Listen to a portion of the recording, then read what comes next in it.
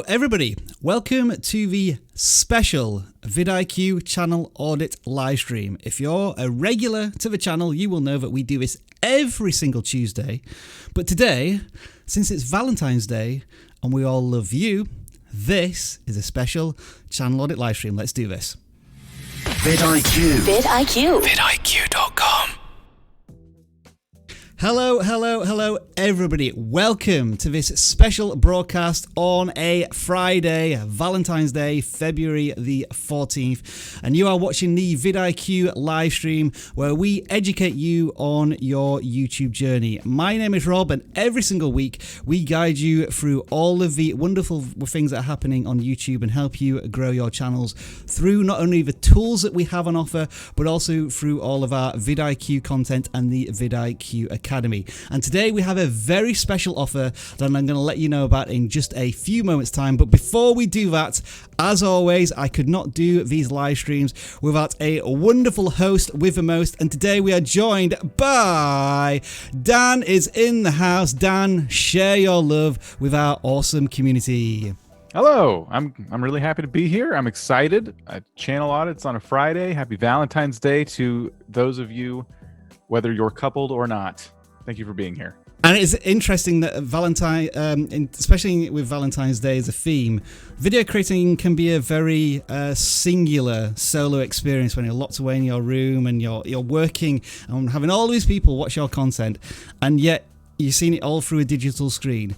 And we want to just let you know that as a community, we're all working together as video creators, and we want to help you today along with everybody in the live stream chat, which is where we're going to go very briefly now to say hello to the following people that include the Lil Crafty Nook, Magdalena Helena, one of our moderators is in the house, Green Banana Gamer, wow, that's awesome, Paul Peck, Drywall Tube is also here, along with Super User Tech Mods, and we've also got our first super chat as well, which I think was from Michael Daniels there as he drives through. Thank you very much for the $5.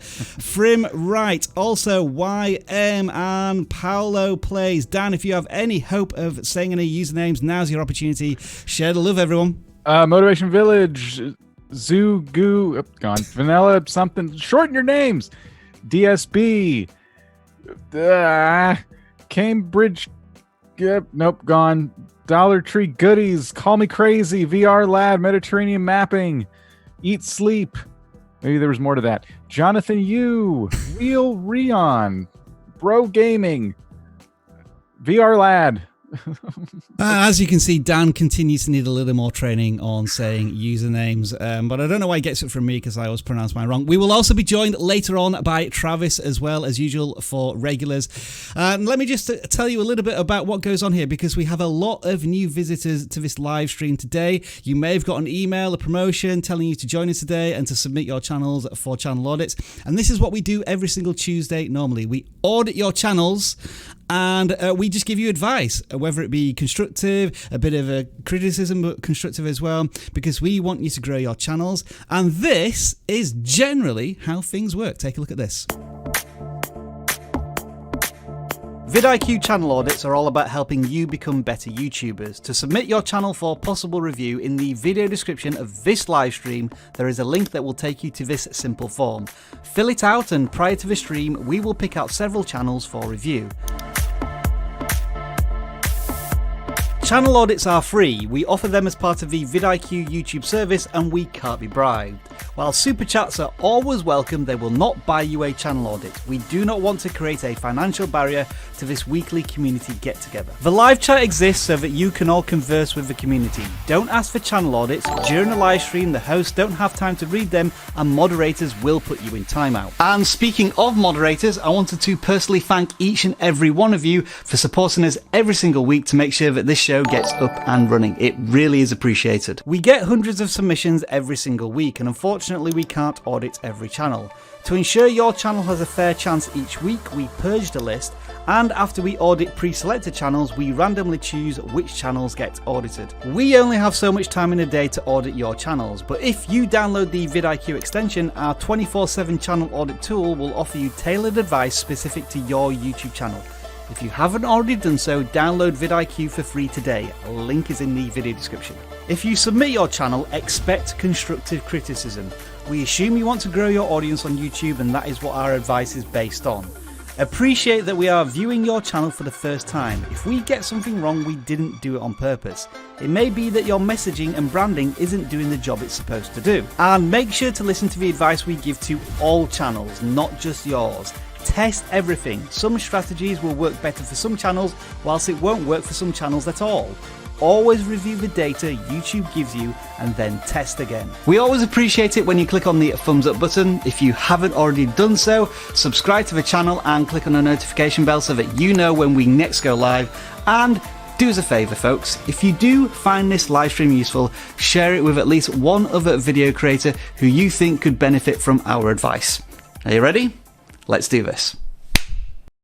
And that is your one pre-recorded section of this live stream, because I was getting bored of saying that every single week, and I managed to tie it all up into 2 minutes.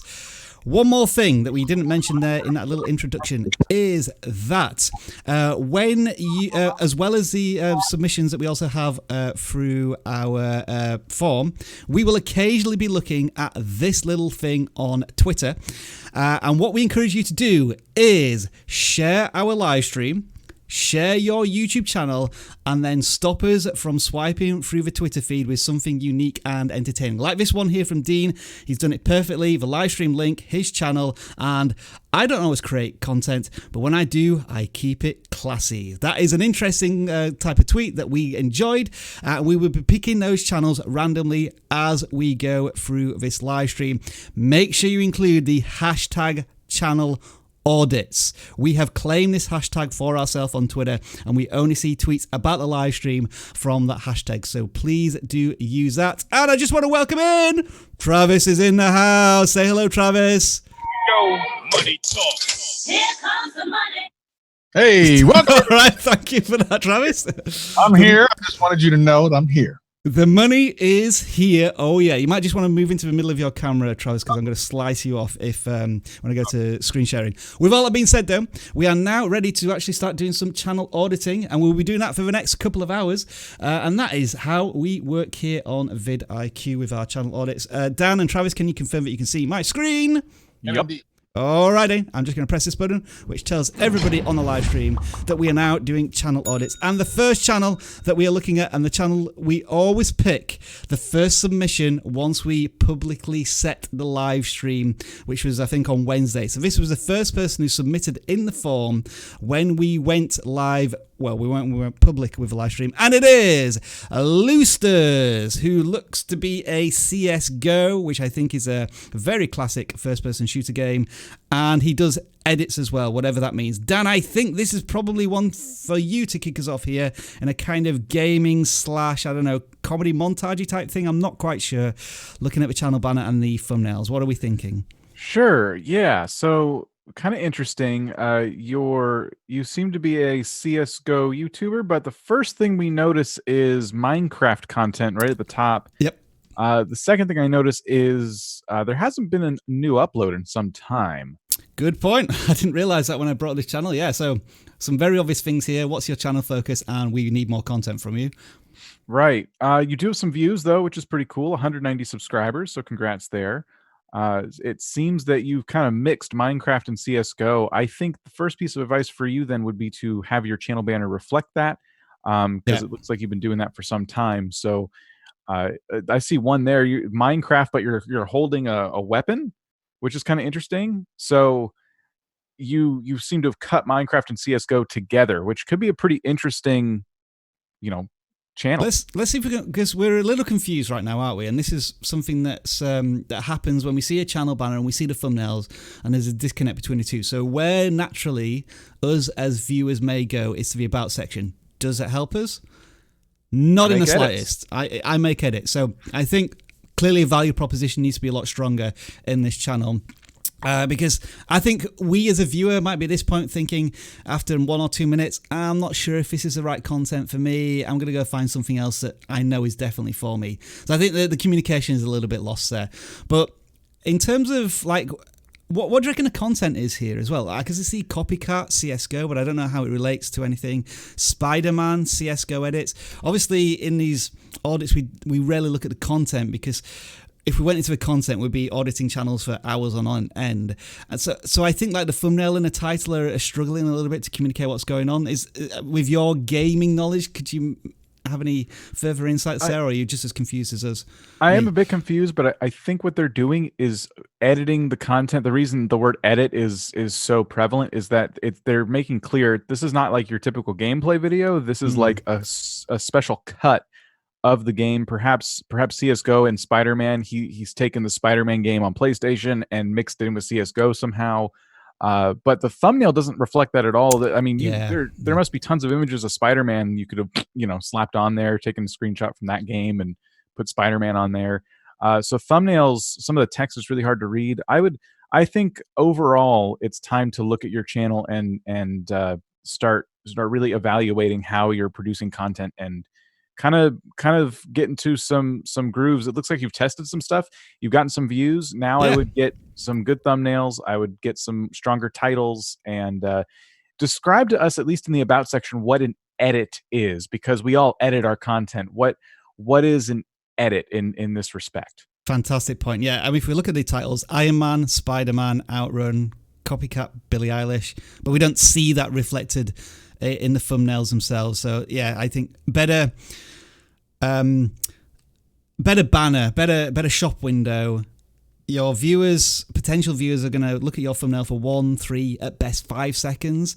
And if we're still trying to work it out after 200 seconds that would be in order in a channel, I think there's a bit of a problem there. But as you say, the creator has some traction in terms of views versus subscribers. I think there is something there, but get back on YouTube in 2020. We've not seen anything at all this year. Let's bring Travis into the game now. Travis, we are looking next at the Real Coat Man. So I'm going to leave it there and then see if you can work out what the channel's about. Okay. Well, that's not fair, because I was thinking it's about coats. And I think the reason behind that is because it's the Real Coat Man. So let's see. You can buy Thorpe Park. Okay, something to do with Thorpe Park. I don't know what that has to do with coats. Could be the Real Thorpe Park Man, is what I'm thinking. So I'm guessing that Thorpe Park is a park. Correct. It's a theme park in the UK. You might want to put it on a par of maybe Six Flags or something. So not top tier Disney World, but like the next level down on amusement parks, relatively speaking, for the UK. Okay. Well, I mean, they've definitely niched down on that. I mean, like everything done is on that. So if that's the case, I wonder why they haven't kind of put that in their banner and the kind of their overall channel vibe. Like if that's what the channel is going to be about and there's nothing wrong with that, then why not completely embrace it as far as the channel goes? Now, beyond that, the thumbnails are kind of a little all over the place. Some of them are wildly distracting, like the Thorpe Park needs to regain Merlin's trust is directly over the creator's face. So that's a little bit strange. And then to the left, same thing. There's a lot of that going on, actually. So if you want to show, like, there's some good ones. So like the that one right there, exactly. That's a good one. You're seeing action. You're seeing a poster. So of course, I like that. Though even the one next to it's not too bad. Probably the text isn't even necessary, but the showing the kind of rides there in the pool and that sort of thing. I really feel like a lot of the imagery is kind of ruined by forcing text over top of it. And I think in talking to a lot of creators, they just thought that they're supposed to, and you don't have to. Like, as a matter of fact, a lot of times it's better not to. If you have a really good image, putting a text over top of it can make it actually not as good. So I would look at trying to make these thumbnails without text and taking it from there. But it's nice to see someone really niching down like that. This is a super niche. Yes. So things I was just looking at here. The creators starting at they're in an interesting time because it's closed season. The theme parks are open right now, especially in the UK where it's winter. So they have an opportunity here maybe to preview everything that's coming up in the season, so to speak. With 100 subscribers, the views are pretty good, actually. They're quite competitive. Some are over subscriber count, which is great. I think where I noticed here that the creator is probably missing a huge opportunity is like a video such as this, theme park provisional open dates for 2020. If I was somebody who was interested in visiting a theme park, would I necessarily search for provisional opening dates? I think you might want to be more explicit with your audience, and the title would be something along the lines of, when does Fort Park open in 2020? And then you might have like as a thumbnail, April ? Or March ? And I think that's got a potential to reach a lot more people who are searching for Fort Park. And then Travis, just going back to yours, I think where you can show images of excitement, especially when there's theme rides going on and there's a lot of action, definitely do that. And I think the thumbnails look generally flat, whereby everything is either all in focus or all out of focus, and there needs to be a contrast between the two. And yes, text is definitely something where I would think that a creator needs to do a little bit of work. But with the time, you've probably got about 2 or 3 months to get this channel really in check before the theme park opens, and then a lot more people are searching for it. So you have the opportunity now to experiment and get things right before you enter your peak season for your channel. I agree. What would maybe we would call the channel the real coaster man, maybe, or something like a little more themed with theme parks, because presumably, they were looking at games and random stuff beforehand, so that was like a placeholder channel name to begin with, and now they've niched down, so they've got an opportunity there just to rebrand the channel a little bit before moving into spring. All right, folks, so that's 2 audits that we've done, but I just wanted to let you know the reason you're all here, of course, is because you want to learn and grow on YouTube, and vidIQ helps you do that in a number of ways. We've got the channel audits that we're doing right now. We also have the phenomenal vidIQ Academy that I'm going to touch on later. But we also have all of our fantastic tools. Like if I mouse over this top thing here, that's our real-time stats bar. We've got all of these tools down the left-hand side, which you've briefly seen in our little introduction video. And because it's Valentine's Day and we love you, we are offering a 30% off offer today and tomorrow. And so as you can see, we've got a day and 12 hours left on this, and you can get whatever vidIQ plan you want, 30% off for 3 months. And if you're a regular visitor to vidIQ, we don't often have these offers. Maybe Black Friday and maybe New Year's and here, but beyond that, we might not do one for another 3 or 4 months. So if you want to take advantage of it today or tomorrow, 30% off vidIQ plans for 3 months, and I'll tell you a little bit more about the vidIQ Academy later on. But with that being said, let's move on to the next channel, which has a generic channel banner background. And if you're a regular to the live streams, this point, I just sit down and put my hands in my head, and I let either Dan or Travis take this one on, because I refuse to audit channels where they use a generic channel banner. So Dan, Travis, take it away for Zugo Moongo. I would recommend a new channel banner. Although, that said, you've picked a good generic channel banner because it looks like your channel is about covering earthquakes. So not completely off brand. I mean, maybe they couldn't find a better picture of some mountains. I don't know. They could Photoshop it and put just draw a huge crack down the valley there to indicate it. And then I would accept that as a channel banner. A couple things I notice other than the banner is the name Zugo Mugo. It's kind of a cool name, but it almost, I don't think earthquake when I see it. There's a tornado in maybe you cover all kinds of disasters. Maybe it's not in the about section, he seems to suggest that it covers all types of natural disasters from earthquakes to volcanoes to tornadoes. Okay. I just guess that maybe there's a lot more data, and earthquakes happen on a much higher frequency than the others that we're seeing. Mostly earthquake stuff in the thumbnails. So look how many videos we put out in the last 2 hours. I knew you would spot this, Travis. I was waiting for you to chime in with this. Go ahead. What are we looking at here? Like, how are you? I mean, they're all like 30-second things, but my goodness. So I guess when you're first starting out, that's not a bad idea to put out a lot of content. But once you have like a subscriber base, if you don't know this, you get 3 alerts to your subscribers every 24 hours. Yep. So they got rid of those very earlier today, like way earlier on. yeah, it's interesting. Look at this. This is maybe where the 3 notifications were: 13 views, 5 views, 14 views, and then absolutely nothing on the rest of the video. So it's like 3 and done, isn't it, on the videos per day? Possibly, yeah. I mean, it's Yeah, that's a tremendous amount of content for one day. I mean, I guess they're really short clips, so I guess it wouldn't take too long to do. And this could be a play for just. I think the thing is like it's a timely thing. If you don't have this information out within a couple of hours of it happening, you probably don't have any kind of chance for any kind of views. So it's a very channel.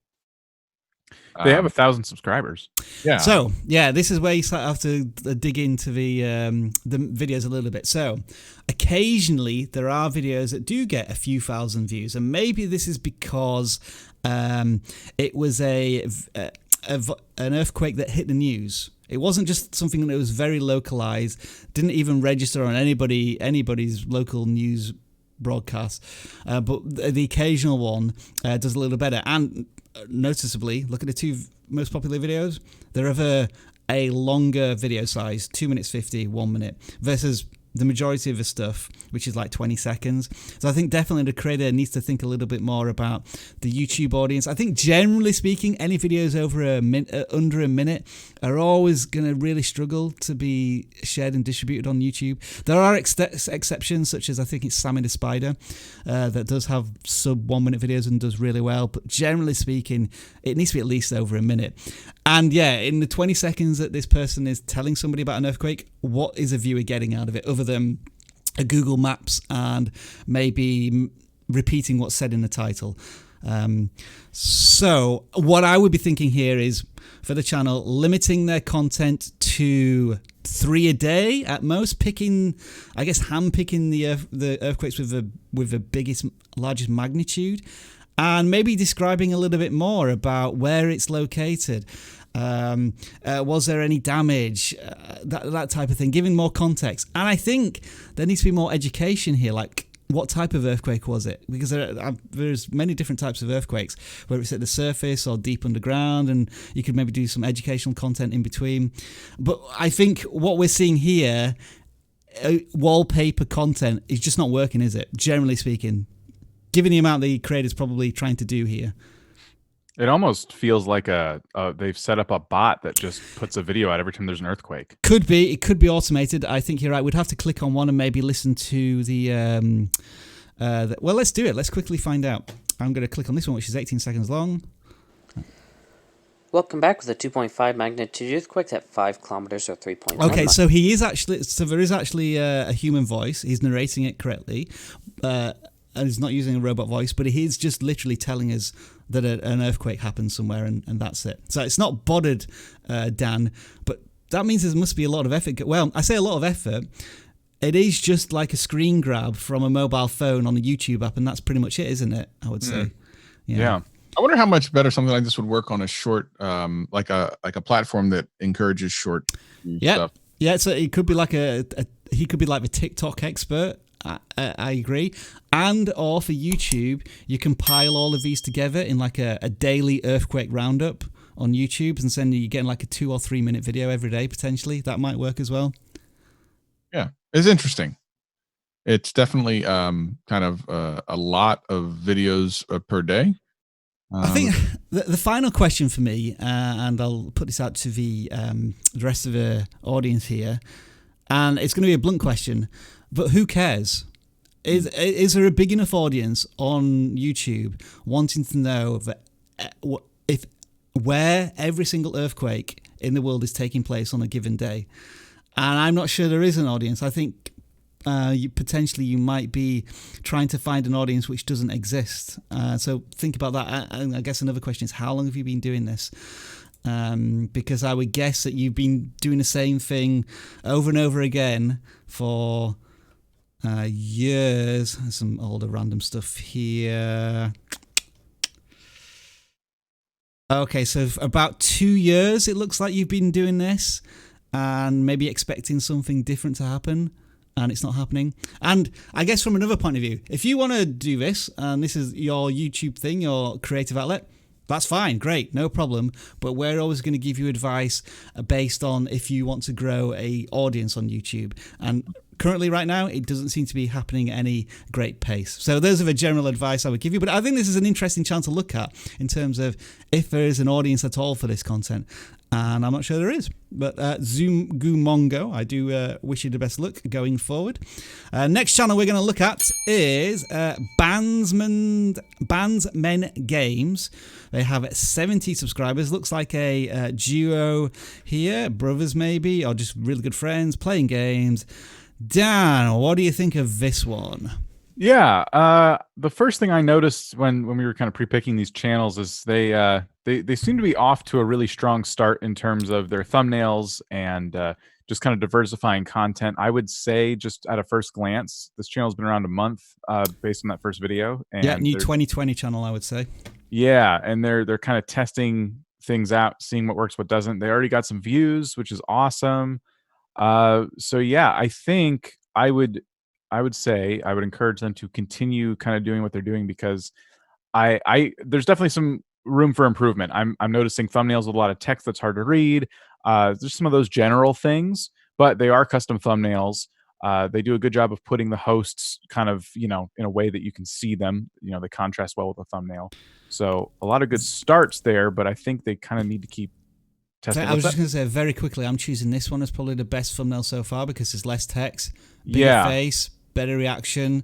There's something there, so there's something about a joystick, like can you use a joystick in Minecraft, which is that seems to be the challenge, and that's the only thing. I like that thumbnail a lot. I agree with you. I think that that is like, I've actually seen that joystick like in stores, but I would have tried to find like a more animated image, just because it kind of loses a lot of the texture and stuff. It's hard in that size to see what that is. But other than that, I agree with you. It's a nice thumbnail, and it's a cool challenge. Like, I've played Minecraft with a keyboard and mouse, and I've played it with an Xbox controller. I've never even considered playing it with a joystick. So that must be very difficult. And you could have also jumped on the trend there. There was a trend for Minecraft. It may still be going on. Minecraft but. And it was always something. Minecraft but the world is disappearing every 10 seconds. Or Minecraft but all the blocks are chests. Just a lot of crazy, weird challenges. You could have said Minecraft hardcore but with a joystick. And you could have tried that out. You could still try that out. There's plenty of room there. Follow that video up. But overall, 70 subscribers, some videos even going over 70 views. I see 100 on one of them, 77 on another. So that's awesome. I think they're off to a good start.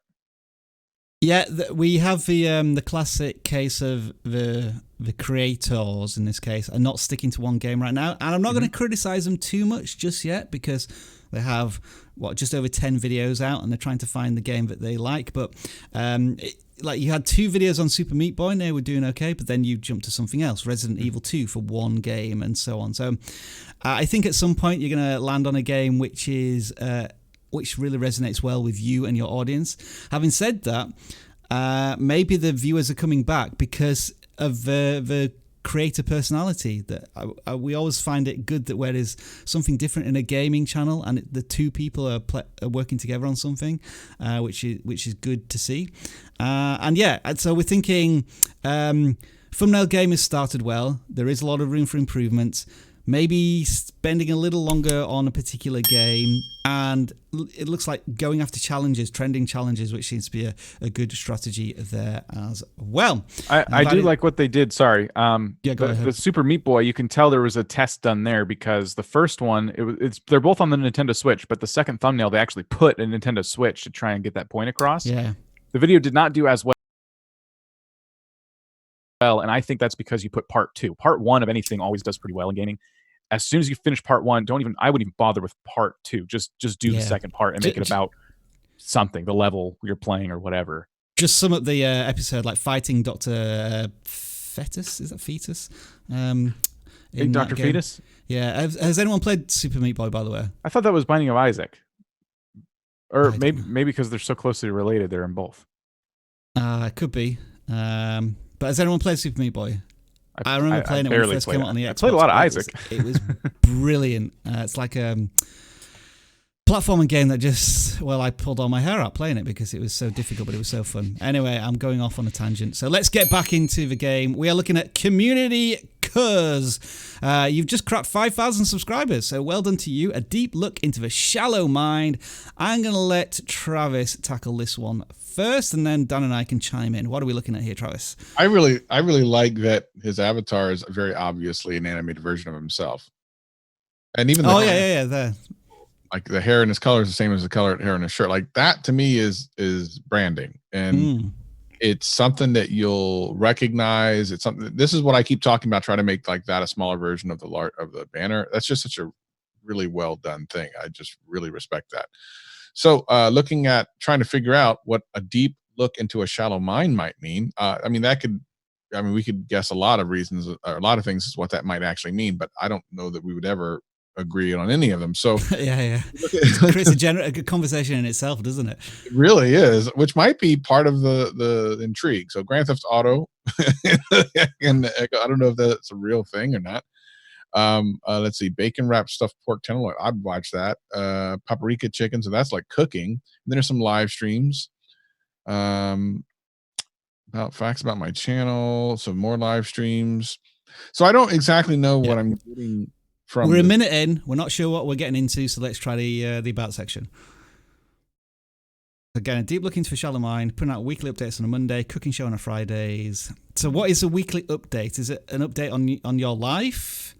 The things that are going on? What might be the topic here? And I think that's what we're trying to work out as new visitors to your channel. Because what I think about this channel is we get the idea of maybe what the content's about here, which is fine. There's an audience for everything on YouTube. And with 5,000 subscribers, a lot of the videos are getting in like the 500 views, especially for live streams. So you have a core community that's coming to all of your content, which is good. There are the occasional ones here, such as the cooking one, which just really didn't seem to do well, although that is only 3 hours old. So we might need to give that one a bit more time. A lot of content. Sorry? A lot of content, really quick. Yeah. Another one here with a lot of content, pushing stuff out. But yeah, I'm still not sure what's going on here with the channel. It looks to be sort of like a bit vloggy, a day in the life of this type of stuff, but again, the thumbnails don't really tell me too much because they usually are just freeze frames, and that might be because a lot of them are live streams, so you may be just doing it on a mobile app. Why is every video so consistently disliked? And that is another thing. I mean, this is a game where it just might be a polarizing community. And that's not necessarily a bad thing, because if you're generating a conversation, controversial or not, that's maybe your intention. Yeah, it's engagement. But that's something good to note there. And the engagements are a little low, I would say. Like for a 500 view video, I might be expecting between 50 likes and then 20 dislikes, just to give you an average. Let's sort by most popular. Let's see if there's a particular video that's brought in a lot of viewers for this channel. So there's a couple here. Slab City. So this seemed to be Slab City, whatever that is, seemed to be your intro content. There's some inappropriate language on there as well, so I'm going to just quickly jump off of that. 4 were Slab City related. It seems he's left Slab City. Right. Okay. The most popular one was I left Slab City. I see. So that may be, but I mean, is that a place or is it a way of life? Again, I'm a little lost there, but that seemed to be a keyword that was really working for your content. If there's a way to revisit that, then maybe explore it if you can. So to summarize, be a bit more explicit with what your channel's about to help people like us who are visiting the channel for the first time. Thumbnails need improvement to tell a better story, and look at what your most popular videos are and potentially try and revisit them a little bit if you can. Let's move on to the next channel. Travis, I think you're going to love this one. It is the Octagon Doctor, which I love as a channel name because that pretty much tells you in the channel name, but it might be something to do with injuries or health or fitness within MMA fighting. I think looking at the channel banner and then the thumbnails, I know, Travis, you're a fan of MMA as well, I think. So, yeah, we're going to let you take on this one. Since we have so many gaming channels, this is yours. This is our Valentine's Day present to you, Travis. You know, by the way, we should do a challenge before we go to the random thing. Have someone guess how many there are, and the person who comes the closest gets an audit, because the number is super high. Oh man, that's awesome. Oh, the actual submission number. Okay, well, we'll try that in a little while then. Although we need to do it before the randoms, before anyone else sees it. Octagon Doctor, then. Octagon Doctor. So I like, listen, I actually had an MMA podcast for many years, so I'm fairly familiar with this sort of thing. And for the subscriber size, he's getting a lot of views on some of these, almost 1-to-1, which is kind of crazy. And in some instances, like 17,000 only 3 weeks ago. So some really good stuff. Looks like he's looking at some very specific, I just like what he's doing. He's actually looking at specific fights and then kind of talking about how either injuries have occurred, or in the case of Conor McGregor at 145 versus 170, that's something that I think was a really huge thing. It's like, well, how is he going to fight at 170 when he's a 145 pounder? Yeah. Swollen eye effect. So there's a really interesting take on mixed martial arts, and I'm not aware of anyone else really doing it. Like there was one other kind of doctor guy that was pretty big in MMA, but I don't know if he had a YouTube channel. So I think this is really interesting. I think a lot of people either usually after they watch the fight, if someone's injured, they want to understand like, well, what happened? And, are they okay? And he's putting some really cool stuff in there. Did a concussion prevent Tim Elliott from winning his match? Like, that's a cool idea. I just love that he's really taking a look at MMA that I never seen before in all the time I covered it. It's clear that this creator knows his topic. And because you're familiar with it, Travis, I think this is something that you have a natural interest in. So, this might be one where even after the audits, you want to watch some of the content. Cool. I mean, I would definitely clean up some of the thumbnails a little bit.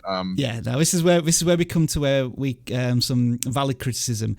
So it's like a really professional, clean looking channel banner and logo, and then the thumbnails are all just a bit like blur. I mean, you used this term earlier, like splatting a lot of stuff on a thumbnail and hoping it's going to work.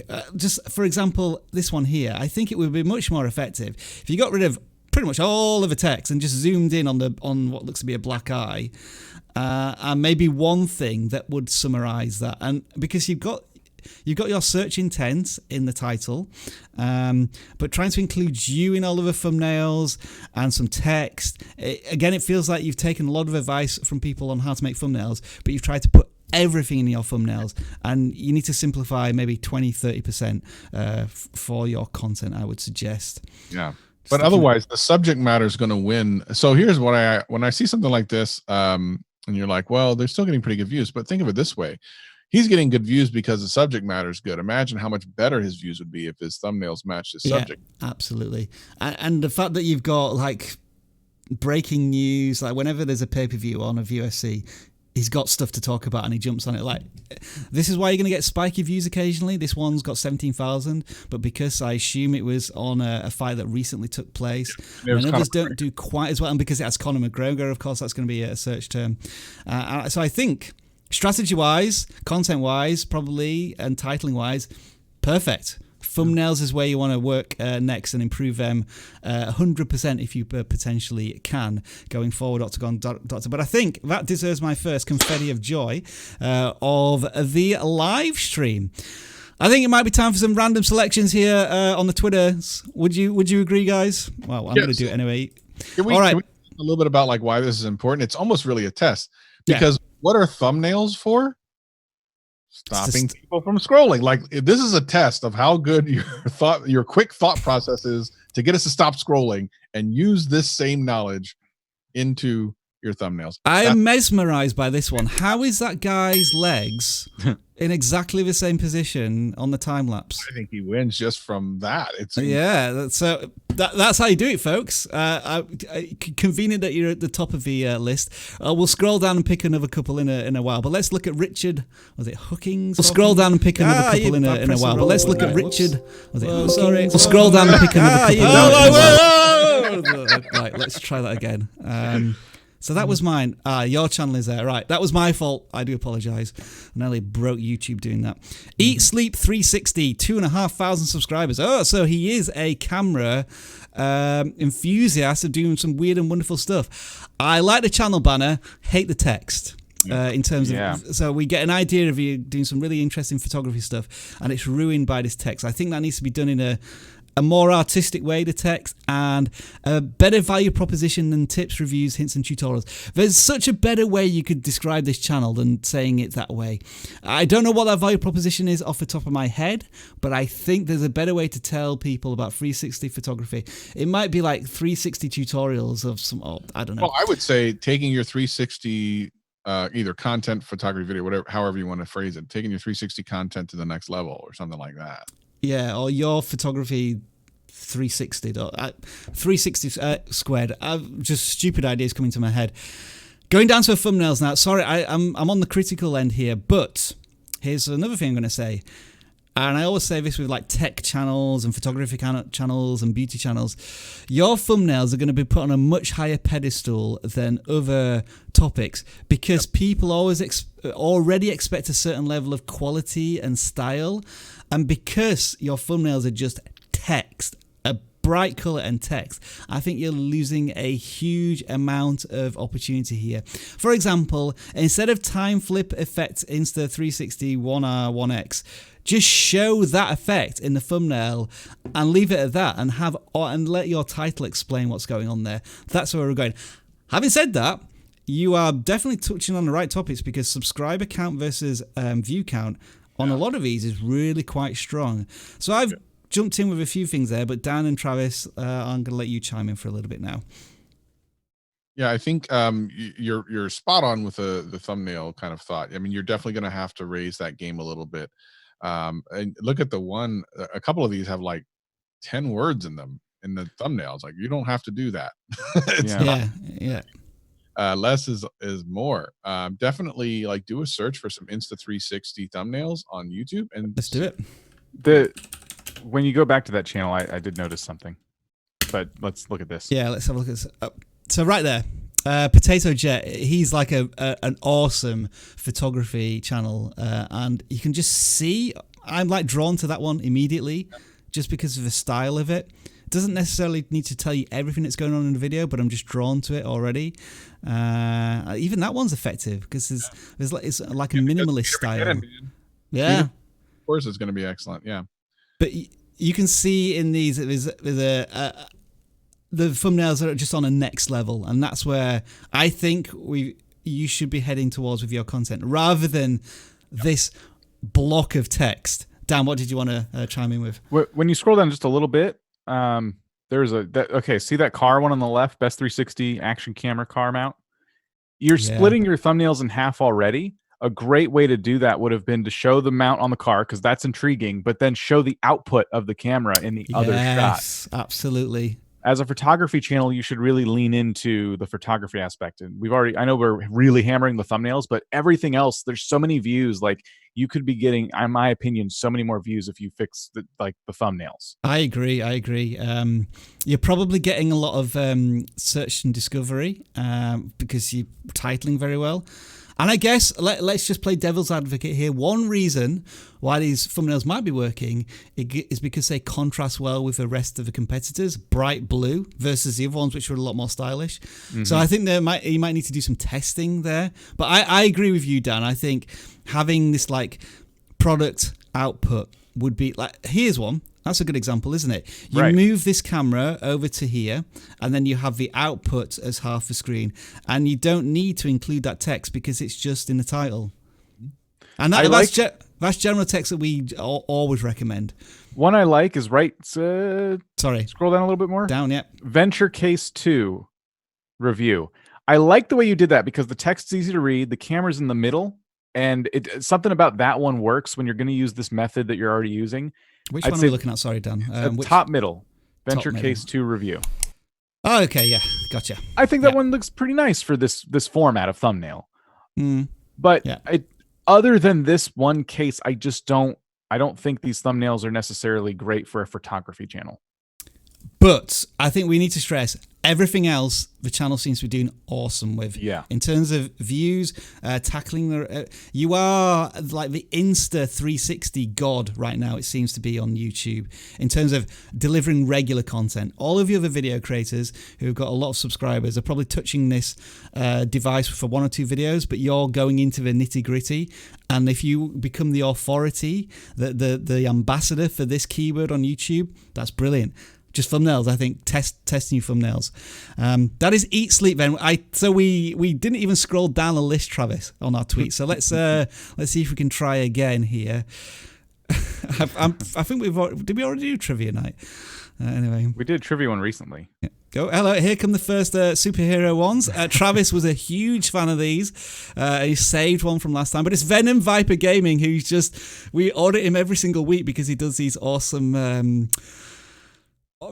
ones. What else have we got? Okay. Nothing really to... Oh, this one. There we go. We saw this one yesterday. Somebody's gone into my sub for sub video and pulled out this image. And yeah, it works for me. So, hey, let's audit this one. It is Story Flake. This channel is about short texting stories and text memes. So we've had this type of thing before on Reddits, where people are reading out stories. Feels like maybe a similar one. Only just... Sorry? They're 4 days old. Yeah, just started on YouTube. They've hidden their subscriber count right now. So, okay, fair enough. You haven't built out your channel yet, but if you're only 4 days old, we'll forgive you that. You already have a channel banner. So what can we make of what little we have here? With some acceptance award speech, which for a first video where you have no idea what the channel's about, to get over 50 views, I think is success. Brexit explained, funny texting, funny English place names with bonus words. So I think the channel is just trying to find their way here right now. I'm still not sure what I should be... I get this texting and text stories and comedy, but thumbnail-wise, I'm not really seeing that communicated very well. Usually when people have these texting stories, they try and create like the Apple messaging screen, and they'll have like the speech bubbles exactly as how they would look on an Apple device or an Android device, and that helps communicate to the viewer what they're getting into in the content. So I think working on the thumbnails a little bit. Having said that, they are custom thumbnails for a channel that's young. It's pretty good. But some videos aren't working, as we can see. Funny place names, how not to clickbait literally, and that's only 8 seconds long. So it's like the longest video is the most successful one. So keep the videos at a length maybe 2 minutes or above as you're testing here. I know we haven't got much to go in here, Travis and Dan, but anything else you can pick out? I would think that, or if I was doing one of these channels, and I don't really know, I can't speak on this too much. I don't really know exactly how these videos work. But if it's just reading a story, for example, I would try to use some imagery instead of just text on the screen for the thumbnail. And in the case of an acceptance speech, you can maybe just get a stock photo of someone like holding a trophy or something to that degree that kind of communicates the story in the video with a picture, even if the picture doesn't show up in the video. Does that make sense? I know it's going to probably be text on the screen and maybe some voiceover, but something to kind of draw people in other than more text on the screen is my suggestion. So you haven't, you've only just started a Story Flake, so we haven't got too much to go on there, but I hope that you can take this small amount of advice that we've been able to give you going forward in the next couple of months, and maybe we can audit your channel again when you've got some more content to take a look at. Now then, folks, we've been talking so far about your channel specifically, and you're probably wanting to know more about how to get better thumbnails or how to do keyword research or how to start your channel. I mean, this channel is 4 days old, and if If, Travis, they were in the vidIQ Academy, they would be on day 4, which would be Niche Down, which is your video, actually. Oh. I seem to remember. So what we're telling you here is the vidIQ Academy. This is something that we launched in January. And our premier course is 30 days to start your YouTube channel. That includes 32 videos. We couldn't fit them all in at 30 videos. That's how you might start your channel. But we also have courses that include the complete guide to finding your niche, another Travis special there. I've done some videos on keyword research, and we've also done a video on the complete guide to making thumbnails, which is always a big topic. And we've also got a guide on how to use all of the vidIQ tools we have. There are over 75 lessons already on this vidIQ Academy, which equates to about 5 to 10 hours worth of learning. And the best news is, Travis, I want you to find a appropriate sound effect for this. The best news is that if you purchase either vidIQ Pro or Boost right now, you get the vidIQ Academy included. It is not a separate product. It's included in all of the vidIQ stuff. Travis, sound effect. Thank you very much for the sound effect there. And just to remind you, we are supercharging your YouTube channel right now for the next day and a half. If you apply or subscribe or purchase one of our vidIQ programs, you will get 30% off for the next 3 months. But that is a very limited time offer because we love you today on Valentine's Day. Let's go to another channel that we pre-selected now, which is Natura Fantastica. This channel is approaching 1,000 subscribers. Very simple value proposition, but I like it. Wildlife encounters with a huge picture of an owl there and nicely detailed, really strong channel banner. I would just try and encourage that type of photography and imagery in the rest of your videos if you can, where it's nicely zoomed in. The channel hasn't created that much content. They're over a year old though.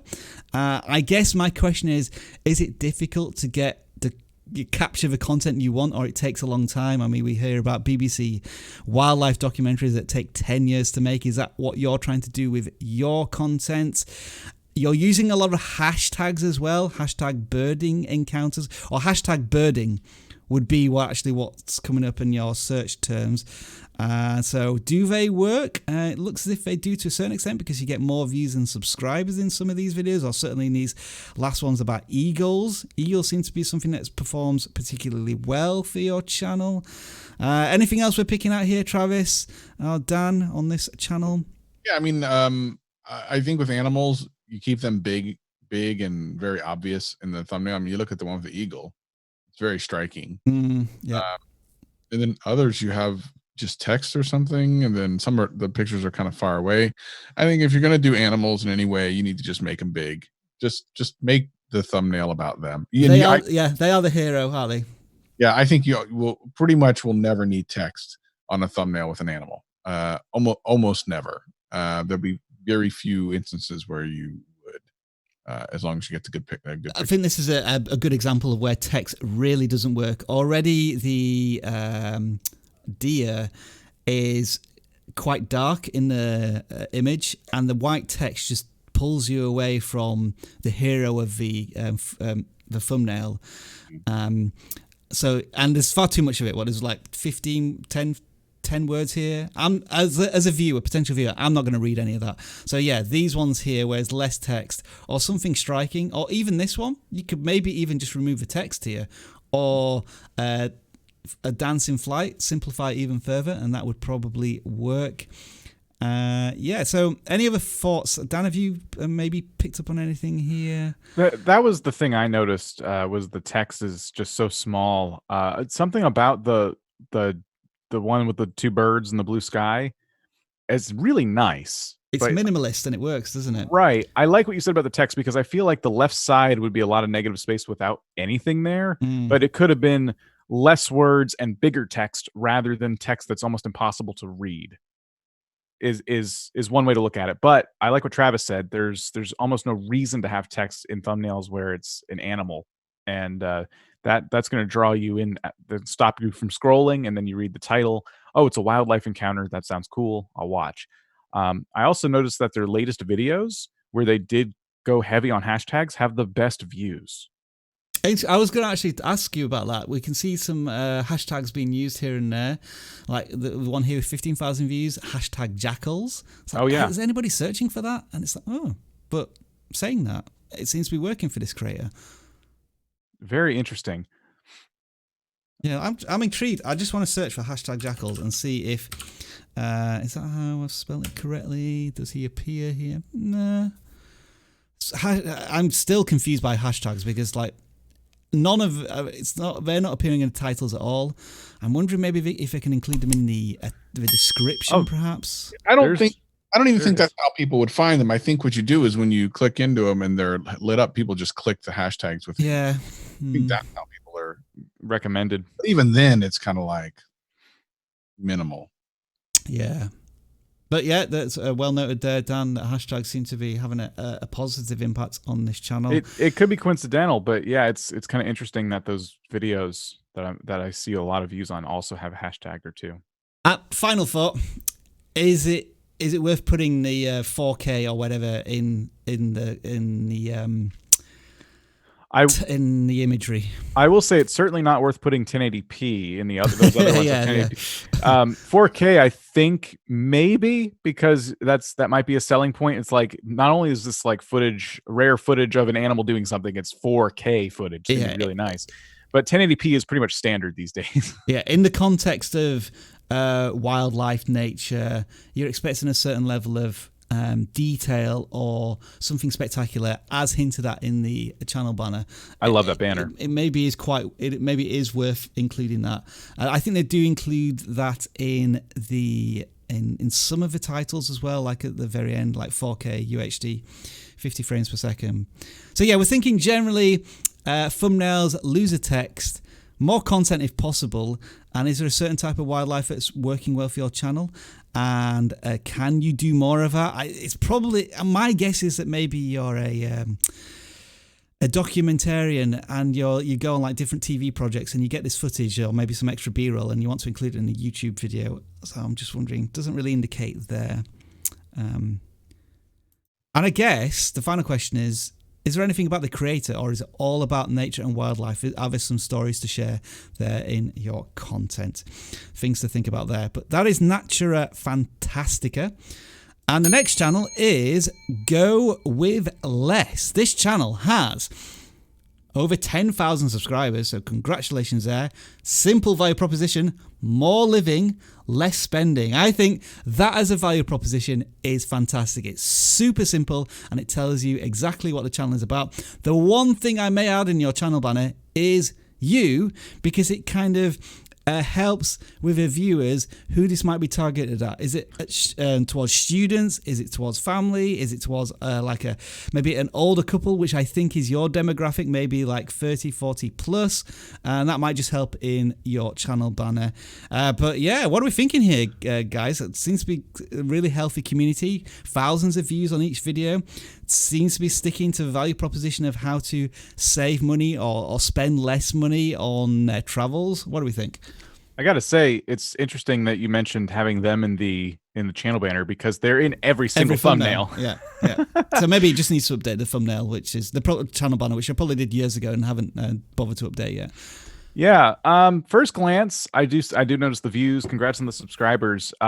It's a lot here is working for you. I would say that some of the text in some of the thumbnails is kind of hard to read, and sometimes the fact that the two of you are in the thumbnail every single time might pull away from what the video is about. Like sailing into our new life could be about saving up, I guess, because you're spending less and getting to do more if that's the value proposition. So are you saving up for a cruise?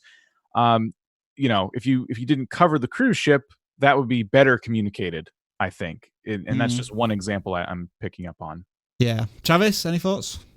I love the value proposition. Yeah. At the very top in the banner, live more from less? You've forgotten it already. More living, less spending.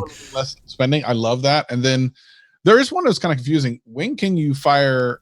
And then there's like a pointing. Are you saying when can you fire yourself? It's a little. Yeah, I was trying to work out what that meant. I think it's something to do with this fire health plan. Oh, It looks to be. I keep seeing fire health, so it's like they've niched down into this particular plan. But yeah, that looks to me is like, when can you fire yourself and retire? That's how I interpreted that video. But it's got 20,000 views, which is incredible, which is great. Because I think how much money you need to retire is the thing that wins it, right? Like ultimately, people might be confused looking at the thumbnail, but when they go, "Oh, okay, yeah, I do want to retire early. How much do I need?" So I think again, it's kind of like the subject wins over top of, maybe the confusion of the thumbnail. So. I love the value proposition here is I think it's just going to drive them far. Oh, sorry to interrupt. I think this is what FIRE means: financial independence, retire early.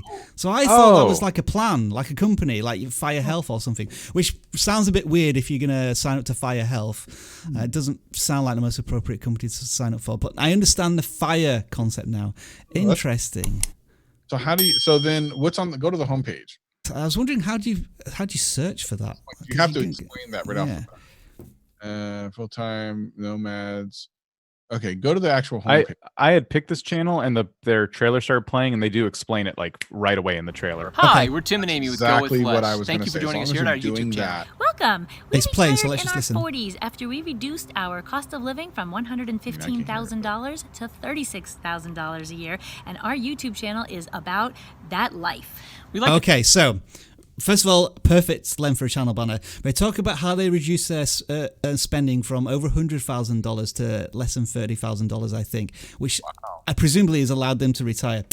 So what I'm thinking here is that, brilliant, I think you need to include figures like that in a lot more of your thumbnails. Travis and I have talked about this a lot before. Generally, people want to know how to save money or spend less, and having those dollar amounts in the thumbnails can really help you. So if you're saying sailing into a new life, and you can say, in the video you say something like, we saved $4,000 on going on this cruise instead of that cruise, I want you to try and include that in your thumbnails. It is a bit clickbaity, I guess, but it's going to catch the person as they're swiping through the content. And if you deliver on that promise, then that's going to succeed. I think you've done it once here with these numbers here, but I don't think they're really that explicit. And I think there's too much going on here with the money in the background and the text here. All of your thumbnails are a little flat, whereby everything's all in focus. So like the money's in focus and the text is in focus, and then you're a little small here, so things kind of like blend into each other. But I think, if you can talk about the monetary values in the pitch of your thumbnail or title, that's going to help you there. Sorry, Travis, Dan, I've gone off on a bit of a pitch there, but what else maybe have you seen? I think it's a great idea for a channel. I think it's darn near anything they put out will be evergreen, which means it could just be a very good. Yeah, absolutely. Yeah. Overall, it can do well. Okay, so here, this is interesting when you do fire ret. So you have fire retirement early, and then you have lots of like fire retardant drop. And how do you differentiate yourself as a channel between fire as retirement and then I'm wondering if it's better to include that in each of your titles or not. It's an interesting one, that. Retiring at 39 and 40. What? I need to do this. Yeah. So just as an example, this guy here, the 4% rule, he's including values in his thumbnail. And I think that's one that's drawing me in. Or like a percent rule. I think that's an interesting one as well. And his video did pretty well, but even that one could have a better thumbnail, and that the numbers are even more legible. Yeah. That's what contrast can really do for you. A bit more pop. But going back to his channel, I think they've got so many things right. They're sticking on topic. They have this fire keyword. And then how we feel about being fire nomads. I mean, if you feel, that could just have such a completely different context when you think about it. But now I understand what fire means per se. Yeah, I think this channel doing really well, and I think they've just got the potential to do even better with some improvement in the thumbnails again. So I'm going to give them the confetti of joy on that one and just keep it up. I guess one thing you might want to try, actually, if you haven't done this yet, is live streams. I think this is one where they could really serve their community by answering specific questions on this lifestyle. And then, Travis, you've got a lot of experience doing this, where you can have just maybe 100 to 200 people watching your live stream. But if they're such a close-knit community and they're really invested in your content, you can generate, and I'm not saying that this is why you should do it, but you can generate a lot of revenue from super chats, or maybe they could go into almost like a training course or like a book or something. I feel as if that's where their potential next step. They may be getting ad revenue, and they may be having affiliate links, but I think there's probably more they could do on their channel if they haven't already done it, because of course we've not watched the content itself. They might already be doing that type of stuff. I've seen van life channels capitalize on that with Q&As and stuff like that. And people have so many questions about how they can do what you're doing. So yeah, that's a great suggestion. And they could probably generate some video ideas from those Q&As if they've not already done it, because they've already got a lot of good content here, probably a lot of questions coming in. So yeah, just well done. Well done on Go With Less. Great channel. Let's move on to the next one, Dan. You picked this one. I did. And it is Carl Jobst, I'm going to pronounce that. It is a speed running content for absolute legends. Oh, so what is this channel about? I think I can work it out in a few seconds. Yeah, well, this is a gaming channel that does speed runs, and that's, I mean, the banner says it all. This channel came up, and I'm like, oh my gosh, like what advice could you possibly be looking for? Because they have 155,000 subscribers. Their videos, some videos get 3.7 million views from a month ago. I'm sure speedrunning videos can kind of take a while to make, because I'm noticing a lot of like 1 month ago, then we jumped to 2 months ago, 2 months ago, 2 months ago. So there's a lot of probably gaps between your content, but probably for a good reason, because you're speedrunning games. You probably have to practice a lot between. Maybe you're streaming while you're to do some practice, which would be one idea. Text and thumbnails is working. This is an example of where, as a creator, and I say this, you do something bigger, better, or faster than anyone else. And I think this creator is doing stuff better than anyone else, doing these speedruns that just cannot be replicated anywhere else. And so, yeah, you have to spend a bit more time doing it, but I think the viewers are going to allow you to do that when the next video comes out and they just can't get this anywhere else. Right. There's something really cool about speedrunning in that I would say not everyone can do it. It's a little bit like esports, you practice that. This is like a craft people hone. And it's a mix between people finding glitches in the game to get from beginning to end as fast as possible, from people who just like run through a level as fast as they can. And people watch this stuff because it's just so crazy to just watch someone complete a game that they've played before, didn't think anything of it, in like 10 minutes, So I think you could almost, and it looks like you have in some cases, not trying to be mean, but you could almost put anything in that thumbnail. People are going to click because you've broken a record and you made that clear. Because some of these thumbnails are better than others, in my opinion. But overall, the text does pop. It works. I know what's going on in just about all of them. And even the titling strategy, I would say, is interesting, because it's not like Into the Void, Doom's strangest speed run. Are people searching for Into the Void? I don't know. I mean, this one, the worst fake speedrun on YouTube. Is anyone? People are searching for speedrun, but that must have hit trending.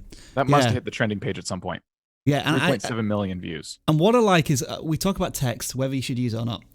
There is text in this, and as you say, it could be better.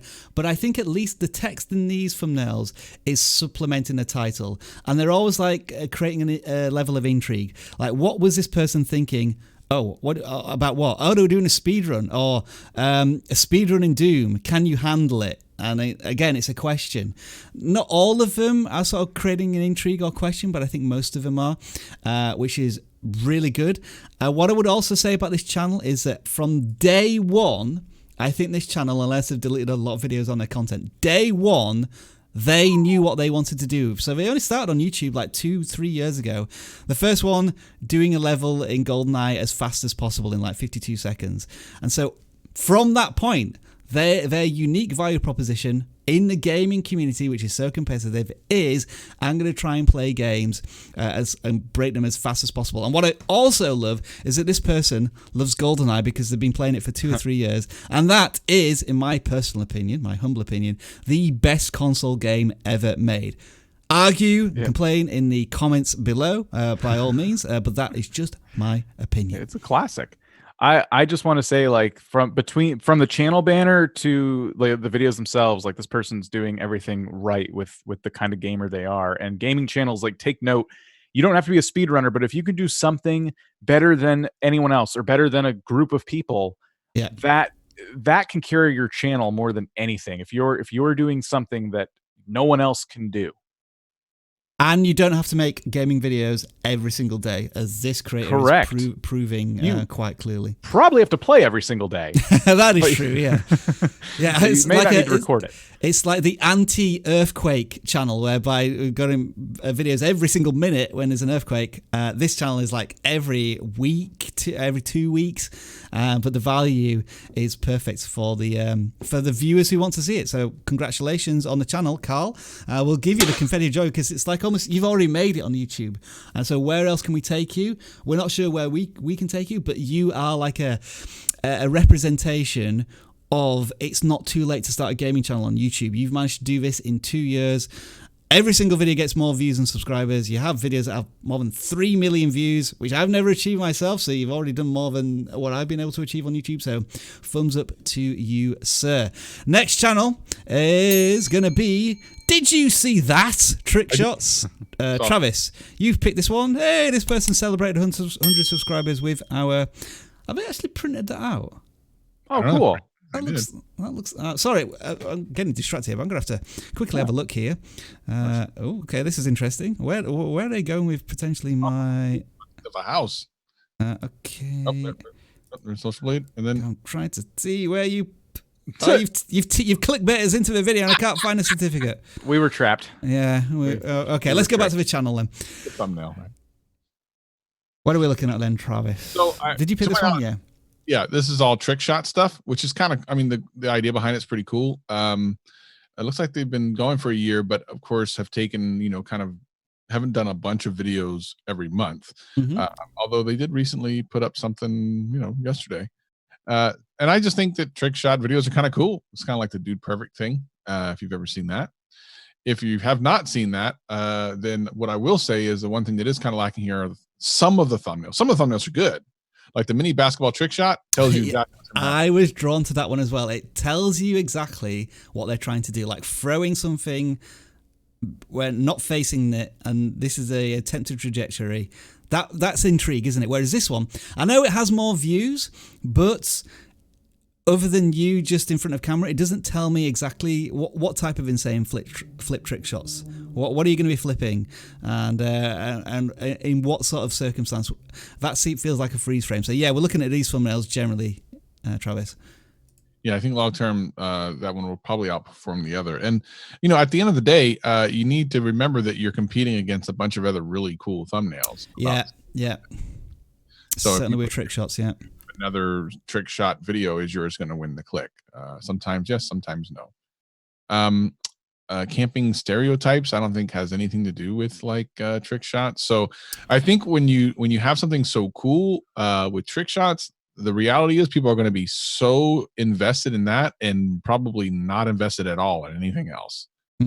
Especially when something so kind of cool. So just understand that going from one thing to another, camping stereotypes did well, but I'm kind of curious about that one. That one just seems kind of weird to have done so well considering. But like, I think if you're going to do trick shots, I think it's a cool thing to do. I think you need to do more of them. Obviously, before yesterday, it's been 3 months since you had done one.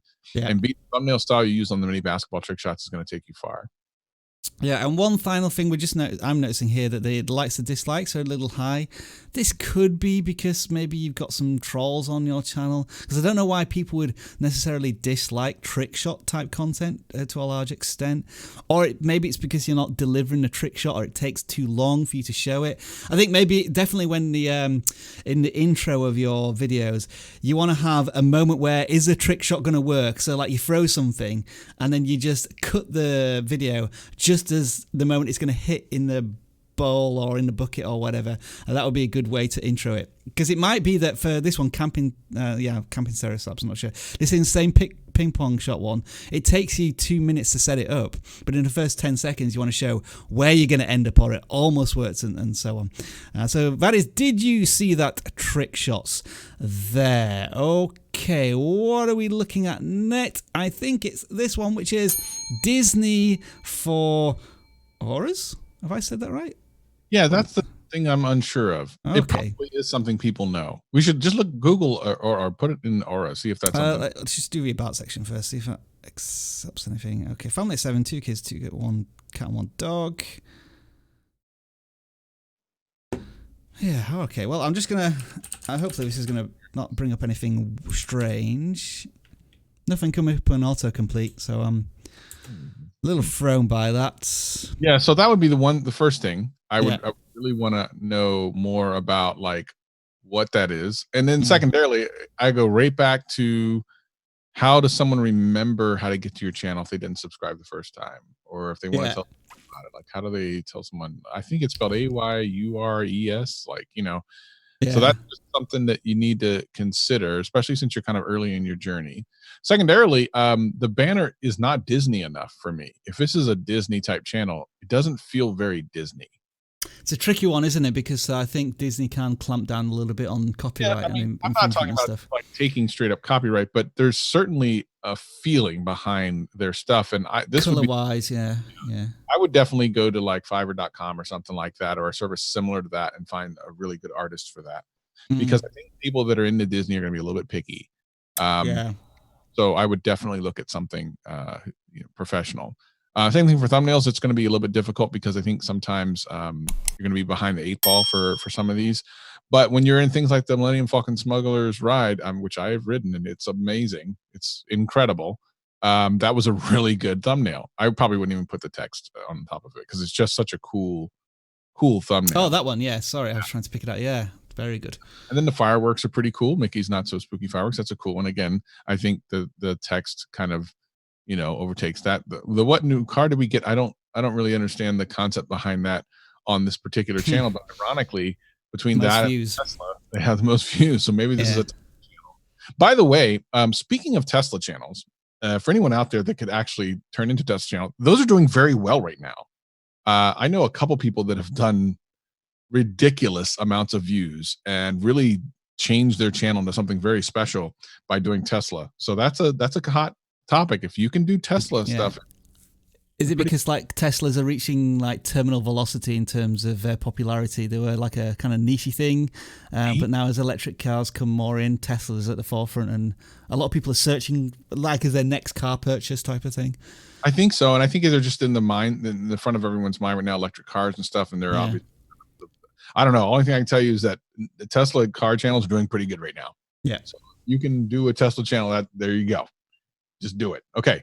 So other than that, I think if you're going to do Disney, lean into it. We actually have done a Disney family review channel before. A channel that I think it was a couple that go to Disney and they were kind of vlogging, and every thumbnail you could tell was either at Disney or about Disney. And I don't feel that with all of these. Yeah, I agree. They're so busy and there's so much going on that I just can't.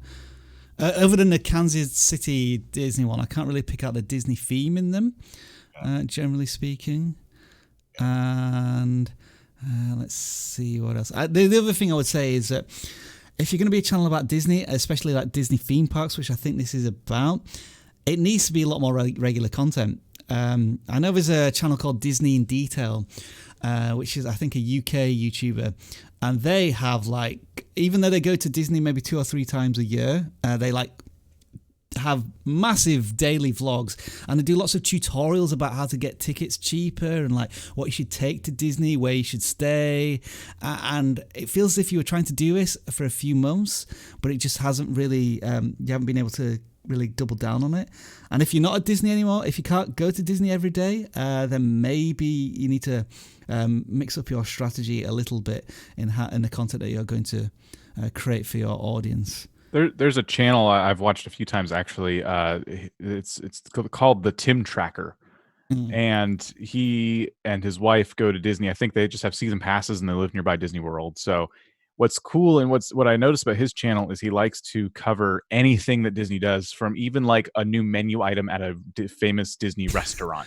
So it'll just be a vlog, and the thumbnail is usually him walking. Maybe he's holding like a taco or something, but he does a really good job of doing consistent Disney content. He takes advantage of his season pass and just covers any little update he can. And that is it, isn't it? It's people with the Disney passes who can just go every day and vlog and that type of thing, who are going to have just the distinct advantage and hit those trending Disney things whenever they occur. Yeah. That is Disney for Auras, I think it's called. And that, I think, comes to a conclusion, our pre-selected channels.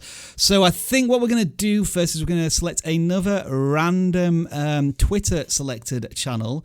And then, Travis, we're going to try your thing where we're going to get people to guess the number who've submitted channels and pick the one closest. All right. You audited last week. I like that. That's good.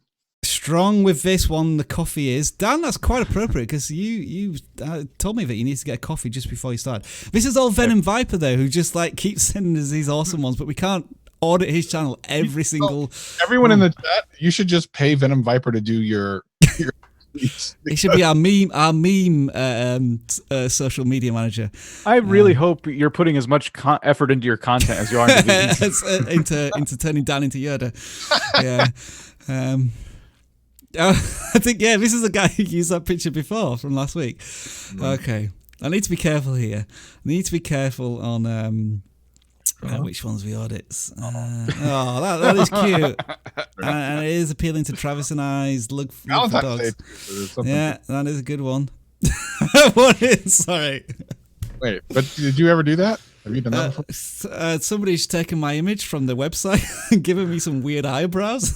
I didn't notice that. And was that lipstick or what's going on there? Probably. People have got it into their heads that they want to beautify me in all of them. So yeah, that one. Okay, that one works for me. But have I already chosen one? I don't. Do you want me to choose it? That is impressive. Yeah, go on then. We'll choose this one. The channel is Troglip, I think. Looks like a gaming channel just from the animation or cartoony style, but I'm not sure it is. Dead by Daylight, is that a game, Dan? That is a game. This is a gaming channel, but I really like your avatar, but I think it's taking away from the impact all of your thumbnails could have.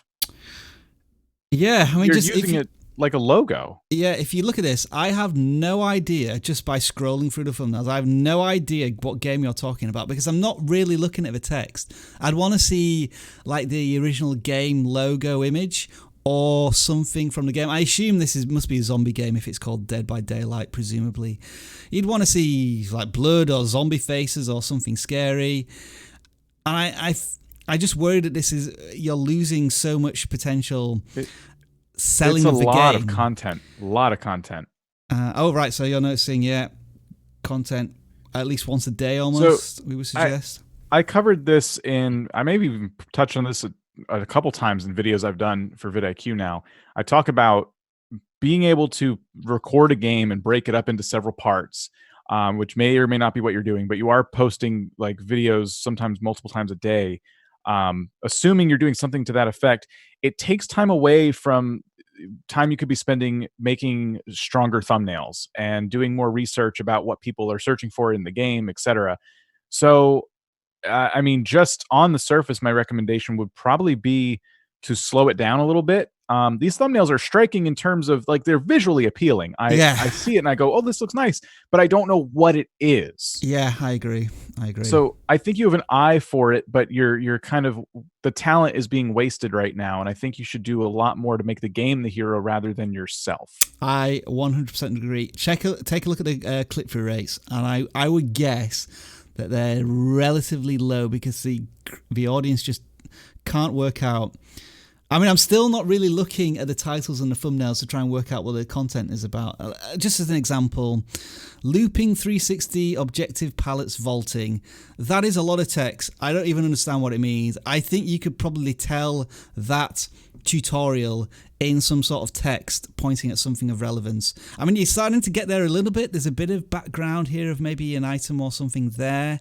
And as a creator that's just on YouTube, in the last 4 weeks, created a lot of content, so you're clearly passionate about making videos, and you have an eye for striking visuals. They're just not being communicated in the right way at this point, I would say. Yeah, I like your name. I like your avatar. I want to say I like the thumbnails, but yeah, again, I think that would be your first mission should be to emphasize the game and really make sense of the game in the thumbnail, like, so we don't have to sit here and go, what? Oh, Dead by Daylight. Okay, it's right at the top, and I didn't even notice that. And you know, it took us a little too long to notice that was the game you were playing. Yeah. Let's move back to the Twitter ones, and I want to pick one more, and then we'll do some random stuff. Anything? Oh, that's cute. Anything that's stopping us from scrolling here? If that was vidIQ, we would have clicked on that one. So we're back to this chap here. We haven't had that many submissions then, I think. Oh, refresh. Far. Yeah, I'm just going to refresh one more time. I think we saw that one. So we saw this one on Tuesday, but it must have been after the stream. I didn't think we audited. I think we all saw it like afterwards. Yeah. Okay, I was pretty sure we did. Okay, yeah, we'll definitely. Sorry, I'm getting distracted by this one. This is one for you, Travis. That is a good one. All right, let's do two quick. We'll do 2 1-minute audits of these 2 channels then, because I think this guy did a lot of good stuff. The pizza gaming. Right, what are we looking at here? Halo, Metal Gear Solid glitches, I think. Untitled Goose Game. So another channel that's new to YouTube, covering a lot of games. I think the pizza gaming element might be just distracting me a little bit too much. Again, the game is a hero, not necessarily your channel at this point. And you've kind of gone away from that in the last 3. You did a video on Pokemon Go, which did pretty well. And then you went on to Xbox Game Pass. So that's moving not only games, but also consoles, which is going to be something that's not going to resonate with your audience too much long term. You're experimenting at this point. Nothing wrong with that. Pokemon Go is your most successful video. Maybe you could do a little bit more on that going forward for the next 3 or 4 videos. Dan, anything else? Yeah, so Untitled Goose Game Review is just a bit late. That came out in mid-2019, I want to say, maybe late to mid-2019. You posted a review 2 weeks ago, and it's a great game, but it's kind of a missed opportunity. When you do game reviews, you want them to be as topical as possible. You want that game to have just come out. In some cases, if you've developed a relationship with any developers, you want the game early. That's the best way reviews are going to thrive. Yeah. And someone just asked me this the other day, like, I want a gaming channel, but I want it to be like about a lot of games, but I do reviews. Do you think that's okay? And I'm like, I think that's okay if you can get the game even before other people, but at the very least, you have to get it the day it releases and get content out as fast as you can. Boom. All right, let's do this one then. Apparently it's a music channel, Travis, so this is something that you can take a look at. It is 27 Mad Beats. Okay, so they're offering something for free here, which is interesting. I've done a couple of these, and it's really they're leveraging one of the few things that you can do, which is to find something that's popular and say type beat. Like, that's one of those things. Now, if your music is not copyright, cannot be copyright claimed. In other words, it's something original to you, original to you. I'm going to tell you a super hack, super amazing, smart thing you can do to get yourself out there and in front of more people. All right, so people that are music channels, listen close. This is what you wanted. This is you. You're Homer. You're in the bar surrounded by gaming channels, but now this is Mo talking to you directly. What is it? All right, listen, Homer. It's really important. Seymour Butts. We got to Seymour. Sorry, I'm getting distracted. Now, I don't know exactly how to do this. There is a process, but you may or may not be aware that that YouTube provides copyright-free music from creators on the platform. Yeah, through the audio library. Yeah. Through the audio library. And beyond that, when you click on the name, it takes people to your YouTube channel. I found some of my favorite artists that way. So a pretty good way to get your stuff out there is to provide your stuff to the YouTube audio library. Now, there is a process. I'm not 1,000% sure how to do it, but guess what? Google is always your friend. Okay, yeah, maybe I should do a video on that. That's really interesting. The big, easy hack that I think not enough people are doing. I've seen some artists blow up by doing this because so many people use music through the YouTube. I mean, it's free because some people don't want to pay anything, and it's free and it's there. There's millions of channels that use this music, and imagine if there's certain times where you can get attribution put in descriptions. Yeah. If your channel gets put on one of those and one of those videos blows up, I mean, it's just possible people are going to come to your channel. So it's just a really easy thing to do to get yourself out there. contact me on my social media. Another thing I might try as well is if you can maybe set up a virtual private server and have all your beats running 24/7 on a live stream, then people can listen to them, and you may also get it means you got something constantly running, and so you're always tapping into those keywords. And I don't know if all of these types of beats connect to each other, like Kanye West type beat. Does that connect to 90s old school boom bap type beat? Again, how is YouTube going to know who to serve your content to? And I guess one thing might be in each of these thumbnails. I know we don't often talk about in the thumbnail, so that people free non-copyright royalty-free music might help you. And I think I remember, Travis, we were looking at a channel like maybe a month ago now, and they were just doing tutorials. They were helping educate creators as well on how to create beats and things on YouTube. So they were providing a value in like getting evergreen content that is searchable, bringing people into their YouTube channel, and then maybe offering all of this free stuff as well. And then here's another thing. Here's another hack. Yeah. There's another easy free thing. You can find some of your favorite creators that you really like, make some music you think would fit in their background of their videos, and then reach out to them and go, hey, I really love your content. Super fan here. Made a beat that you might like to use in one of your upcoming videos. You absolutely have the permission to do that. Please just link to my channel. Blue. I'll tell you right now, if I got that offer and I like the music, I would absolutely do it. 100%.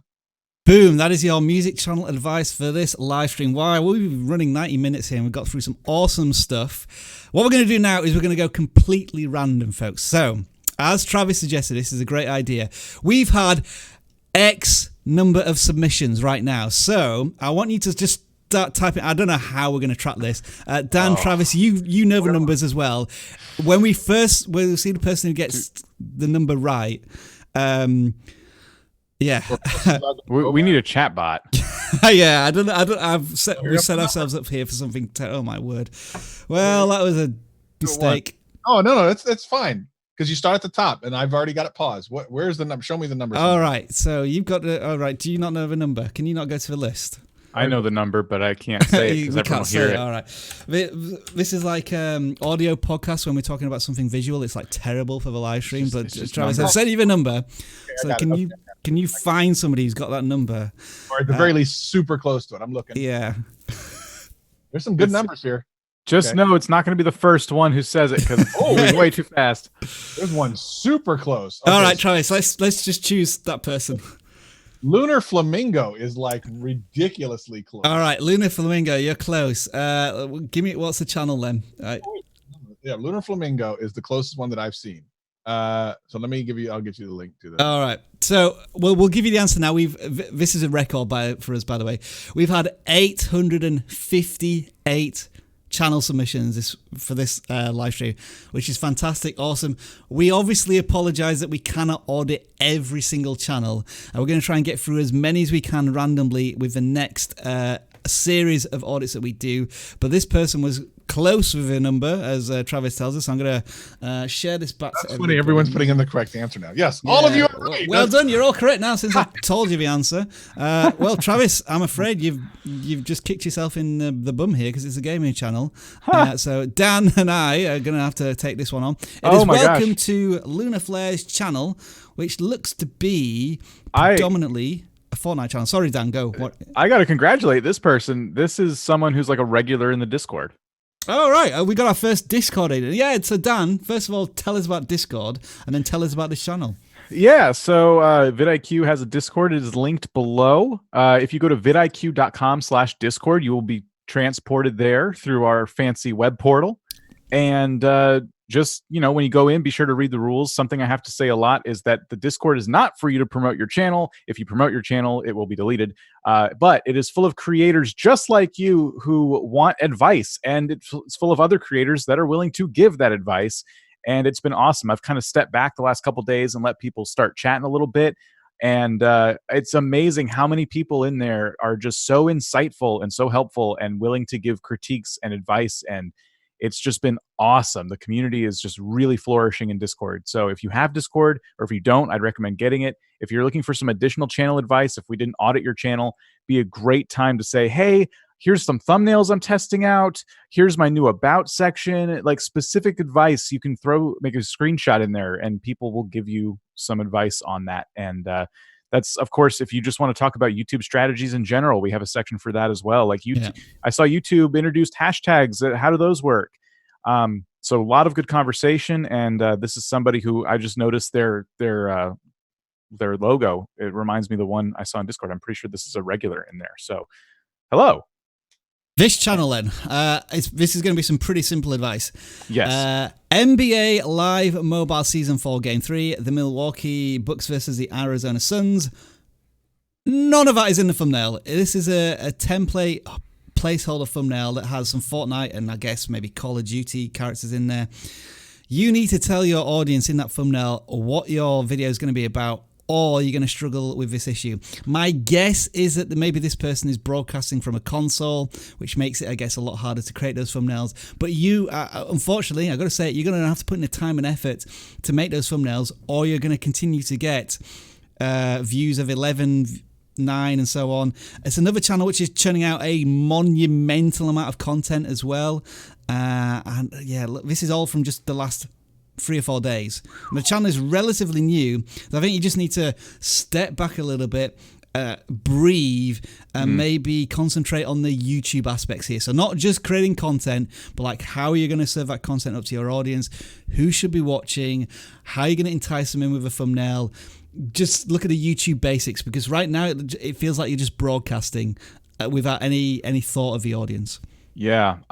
You know, that thumbnail is great, but for one video, and that is your channel trailer. It shouldn't show up anywhere else because it's not really doing you any favors. Also, I would say NBA Live Mobile Season 4 Game 3, Game 4, you're getting into a habit of giving us too many numbers. Season 4 is kind of not relevant. Game 3 kind of not relevant. Who are the teams that are playing? Did something interesting happen? Can that be put into the title, the thumbnail, etc.? So yes, everything Rob said plus that. Think of this. It is the NBA All-Star game this weekend. You could maybe do a video dedicated to the top 10 most ludicrous dunks in the game of NBA Live. Think of how you can tie that into what's trending right now or in the real world. Right, okay. So that was our selection from the number game. Here's how the next portion of the live stream is going to work. We have the number picker, and I didn't realize this, but when I move the mouse around, it actually looks as if I'm picking a random number. So I need to now change this to what? 870 is probably going to cover? 864. Okay, we'll do 870 for now. And what I do is I click the grabber. It picks a number, which is 704. We go over to our selection screen here. We type that in, 704. That gives us the link, or it should do, which is this one. And then if it is appropriate content that we can audit, we will take a look. Travis, I, and Dan have never encountered this channel, so we're looking at it for the first time. And because it's not a gaming channel, Travis, I think we'll let you kick off with Indies Girl. What do we have here? Cool. Well, let's see if we can figure it out. So a really beautiful banner that unfortunately doesn't necessarily tell me anything as he travels. There, yeah. That's like everything. So I would suggest right off the bat, think about your 1 or 2 superpowers. Like, what are your best subjects you can talk about the most in the most entertaining way? Maybe even you go back through your videos and see which ones are most popular by using the vidIQ channel audit tool, which will tell you what videos of the last 28 days have given you the most retention, subscribers, and more. Click the link in the description below. Oh, you've got a brilliant advert voice there, Travis. Yeah, let's get you in them. Anyway, do one of those things. And then also what I would do is take a look at some of these thumbnails. So if you're ever doing, are any of these, I felt like one of these was hair. No, it's like clear skin. Okay. So you're doing some beauty stuff and then there's food. I just don't know that they go together. So let's say, for example, and I've talked about this before, let's say the try not to sing along challenge just blows up and gets 1 million views and you get 10,000 subscribers off of it. Your channel has just become a sing-along channel. So you might as well forget about the food, or same thing with the food. Let's say your brown stewed chicken gets 1 million views, you get 50,000 subscribers. You're now a cooking channel. So just make sure anything you do, if it blows up, you're 100% willing to go into that niche. I've seen it happen. I actually had a young lady that I was helping on her channel, that exact thing happened. And she goes, that video that blew up is something I don't want to do. I just did it because it was trendy at the time. I think she had like 40,000 subscribers and could never get a video with 1,000 views.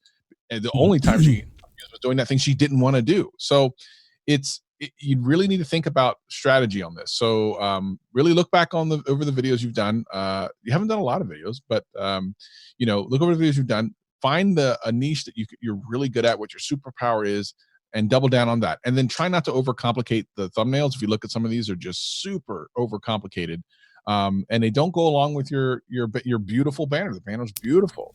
Very stylish. Go ahead, Travis. Yeah. And so just try to simplify and find your superpower. There is one thumbnail that pops out to me, and I think it pops out to people who see your content, and it's this one. I think it's really well lit. You look fantastic in it. It is about beauty, and it has way more views than any other one. Would you be able to double down on like makeup and beauty rather than being travel, food, and everything else? I think that's maybe something to look at as maybe the next 5 to 10 videos on your channel. I know it's tough, and we say this a lot, and people say, yeah, but I don't want to be pigeonholed as that particular thing. That's a video that's really worked well for your channel. So at least experiment, at least explore this topic. And if you enjoy the content and you get a lot of positive response from it, do more of it. It's as simple as that from my point of view. All right, let's pick another channel here, which is going to be... oh, wow, channel number 3. We're way back down to the beginning of our video submissions here. And this looks like a 3D simulation animation channel. Let's take a look here. It is called Prime. Does that mean your videos are delivered in 48 hours or less? That was a terrible joke. Right. So it looks as if it's to do with 3D animation of some kind, and they're telling us they have 8K videos. So you're really future-proofing your content here. And does YouTube support 8K? It does, yeah. It doesn't. YouTube supports all. Yeah, it does. It supports all types of formats. It's crazy what it supports. It absolutely does. Okay, so what do we think here, guys? This looks like a channel that I want to watch videos. I'm curious as to what they look like, to be honest. I am as well. Let's click on one. We don't usually do this, but this feels like a channel whereby it's so forward thinking in what it is that we've just never seen anything like this before. So I'm going to play it, but I'm going to mute the audio. Oh, sure, too. Yeah, so it shouldn't take too long. Okay, that is not 8K. That's 720. I'm going to try and put it up to 4K. It might be my internet. I'm gonna defend the video there. That is not 4K. Does not look very good quality-wise. It's an interesting video. Some bits of it. Yeah, so I mean, I'm going to say at this point, unless something's gone wrong with my playback here, now it looks a lot more. Oh yeah, that's a little better. Yeah. So let me go back to the beginning now. It's probably my bandwidth. I'm trying to broadcast. Although that's still. I have to look at this. I'm gonna have to take a look on mine. I guess the thing we might be saying here is that maybe it isn't 8K, and maybe there's a bit of clickbaiting going on there, and it's not actually delivering on its promise there. Some interesting stuff. Maybe the thumbnails just aren't that compelling. I guess you'd want to really get the bullet going through the glass and shattering correctly, and that doesn't quite work. I don't know. What do you think, guys? Interesting channel. I like what you just said there, because it's the marble ones draw me the most, and that's something to learn from. I think the two in particular are the ones with the darker background, because the Christmas marble one that I could barely read with the text there is just so flat. It doesn't, you could, since you're an animation channel, there's a lot of opportunity there, and I would capitalize on the thumbnail for sure. So here's something I'm gonna challenge the creator with, because I want to see this on I have a HDR 4K monitor, so if I want to watch this, I should be able to pull it up. But the problem is his name is so simple for the channel name. Yeah, it's going to be almost impossible to find. So I put Prime into YouTube search, and it's definitely not going to come up. If I put in Prime, let's look up Christmas Marble Fun. Let's The other thing about this content is that maybe it's not suited to YouTube because it's it feels like the satisfying videos, like where people play with goo and slime and they see something. It's almost as if it needs to be auto playing. So the thumbnail, because it's static, the thumbnail can't really do the video content justice. So I think maybe putting this on like Instagram and TikTok, it looks like you already have done. You might have more success there to begin with, and then maybe bring them back onto the YouTube channel because all of the videos are relatively short as well.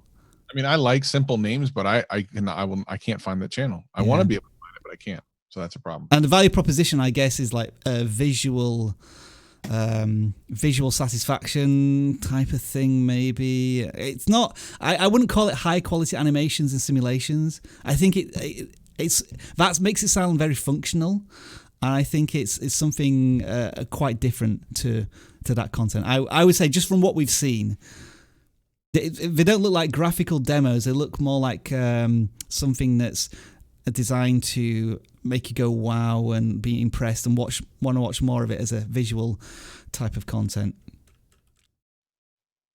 I agree. Yeah. All right, let's move on to the next channel then. But it's fascinating channel to encounter there. We like seeing new stuff here on vidIQ. And this one is 662. And what do we have here? We're back to gaming. Okay. Travis, surprise. Take a break. Dan and I will tackle this one. It is Captain Gamer Gwill, I think. 12 subscribers. I'm glad your name is the same as the name in the banner because I can't read the name of the banner. Yeah, it is a little contrasty with the actual banner. I don't know who those characters are from. Very 8-bitty, of course. I'm seeing this Zelda Triforce in each of the... So that is his logo, and that is throwing me off completely because it makes me think that every video is about Zelda. Yeah. So that might need to be switched. Minecraft stuff. Minecraft does not... I don't get that feel from your channel at all just by looking at the logo, the banner, some of the other videos you got going on. It looks like you're just getting started. 3 months ago was your first video. And it got 49 views. 3 simple ways to start off your Minecraft adventure. Great title. Maybe a bit hard to find just based on your competition, but great title. But I'd kind of pick a lane at this point. I think you should try to play one game for a little bit, test it out, see how it does, and it feels like you're all over the place. And some of these thumbnails are very dark and muddy. To see. Yeah, very dark. But it looks like you're trying. I will give you that. And you have 12 subscribers. That first video did surprisingly well. Yeah, and these first 2 videos where the thumbnails were a lot more simple and bright and colourful. Redstone in a nutshell. So if you're a Minecraft creator who knows Redstone, you are ahead of a lot of just run-of-the-mill Minecrafters, people just getting the game who want to understand Redstone mechanics. If it looks like you put a lot of Redstone mechanics into one video. In a 20-minute video, you could separate all of those mechanics, make a tutorial on each and every one. Yeah. Build cool redstone things. If you have a good understanding of it, redstone videos do very well in the Minecraft space. It's a niche within a niche. That would be my recommendation if you're sticking with Minecraft. But just generic advice here, better thumbnails, get yourself a more customized logo that is more about you, I would think, because if you are going to revert between different games, definitely don't make it the Zelda Triforce. It doesn't even look like you've played Zelda on here, so it's confusing for sure. All right, let's do a little bit of housekeeping. First of all, wow, thank you for the 500 people who are watching this live stream now. We really hope that you appreciate the value, even if your channel's not getting audited. Let us know with a like or subscribe or share this live stream with another creator you think would find this sort of stuff useful. We had a couple of super chats. Michael Daniels, you want us on your show. I think I've been on your show before, maybe 2 years ago. I don't know if you're still watching, but get in touch, please. Mind with an exclamation mark. Keep going. Thank you there for the €2. Cool Boy with a simple $1.99. Pizza delivery for you is back with more super chats. Thank you. And then for some reason I cannot see that last one again. I think it's another pizza delivery for you one. Why can I not scroll down? I probably need to use the new YouTube one. And hilariously, another pizza delivery. Look at when we asked people to try and predict a number, comments just went bonkers as everyone tried to predict what it was. Okay, let's go to Twitter. Let's pick another one if there are any more submissions here, and then we'll go back to our random channel selections after that.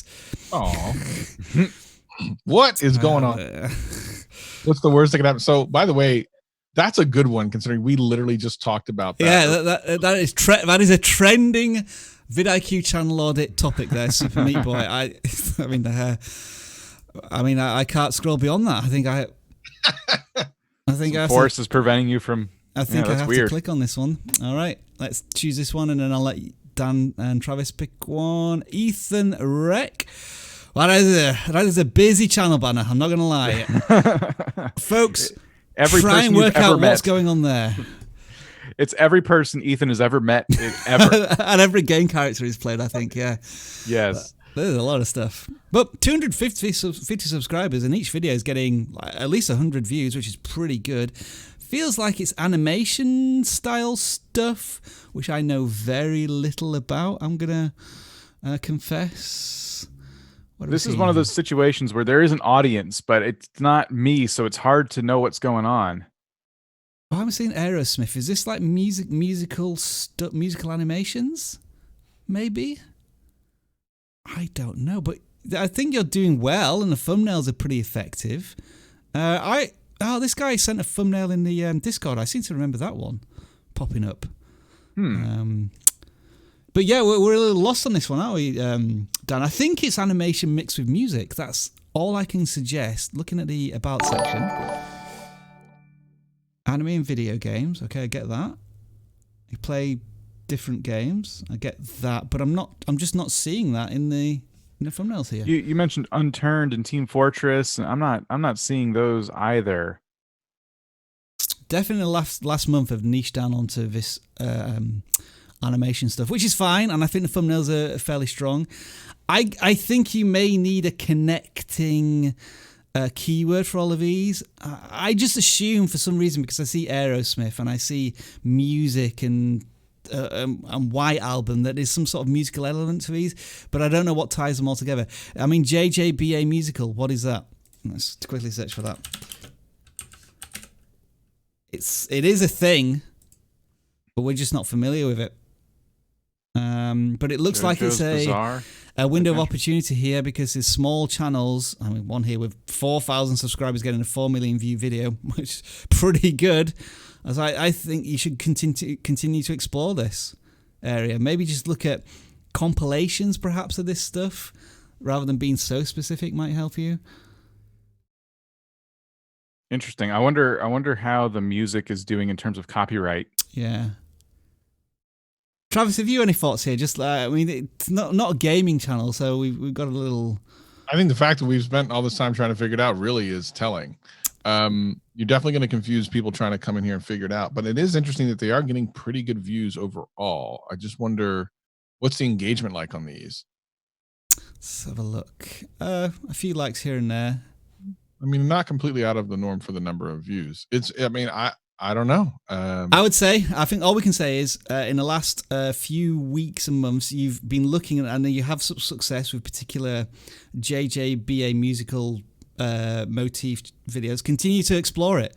Make another 50, 100 videos and find out really either the titles, the keywords that you're using with either the animation of the music or the musical artists, and maybe some like top 10s or listicles might help you there. But yeah, I think this one's stumped us a little bit. But it's confusing, isn't it? Everything about the channel is a little confusing to us, but I think there is an audience out there, Dan, as you said.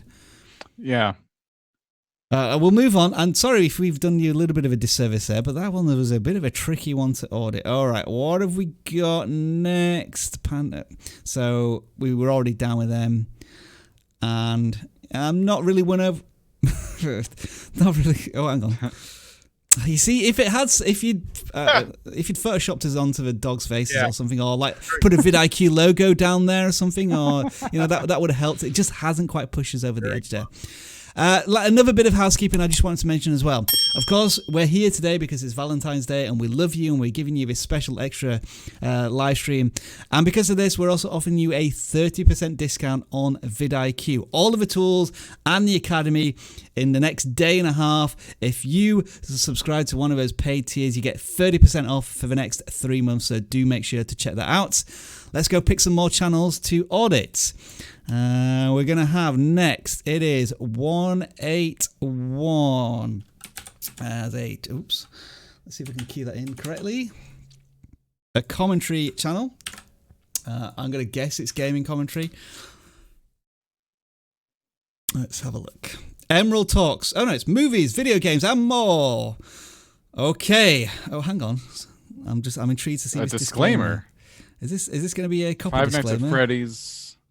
Oh no, it's 5 months old, so maybe it's another type of disclaimer. Right. Oh, I like the thumbnails. Okay. Rewrites, I suck for kids. They're using the text, but they're using it in an effective way, but it's relatively simple. Some of them it's hard to read, but for the most part, they get it. They get not a lot of text needs to be in the thumbnail to get the point across. Yeah. So it looks like they're trying to rewrite different events in movies, and then some Star Warsy stuff and some games. So I think to begin with, because the channel's still relatively small at this point, you're gonna maybe have to pick a lane. I like that the way you phrase that, Dan. Pick a lane in terms of gaming or movies. And then once you've done that, is it horror games, is it sci-fi games, or horror movies, so on? I mean, it looks as if it's just a mix of two, and I can't really follow which one I'd prefer to watch, to be honest.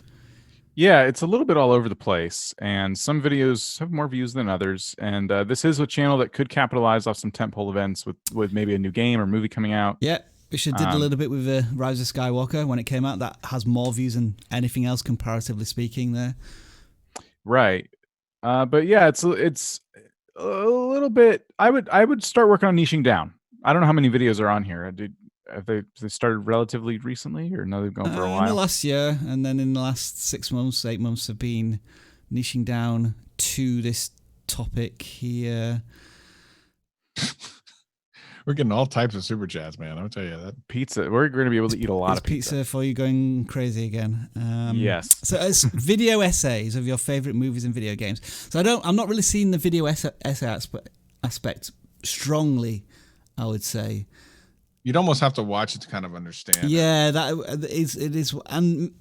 And when you start to say that, is that a fault of us because we're not auditing the content per se, or it's a fault of the creator because they're not communicating strongly enough? I think the problem is to determine what it's about without watching, and that's not exactly what viewers do. They just look for something that looks like it's going to pique their interest.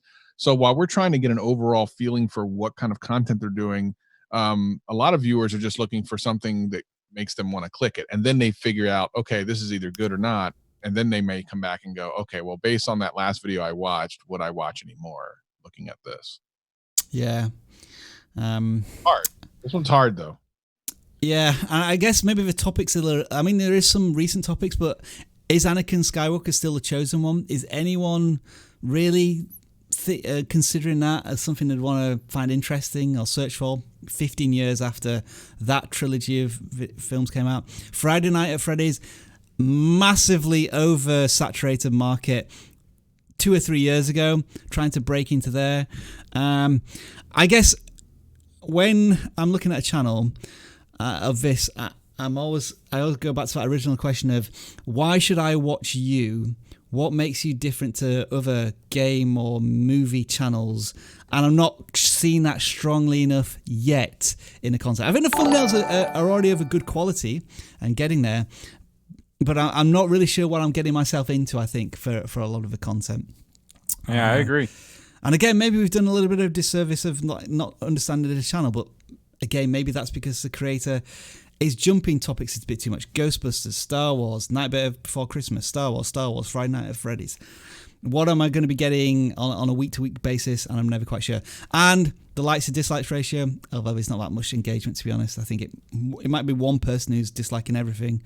And because there's not enough positive feedback, we're not getting a good number there. So let's move on to the next one. And it is going to be channel 569. Guys, how are you doing for time, by the way? Because I'm willing to go a little longer if you're good.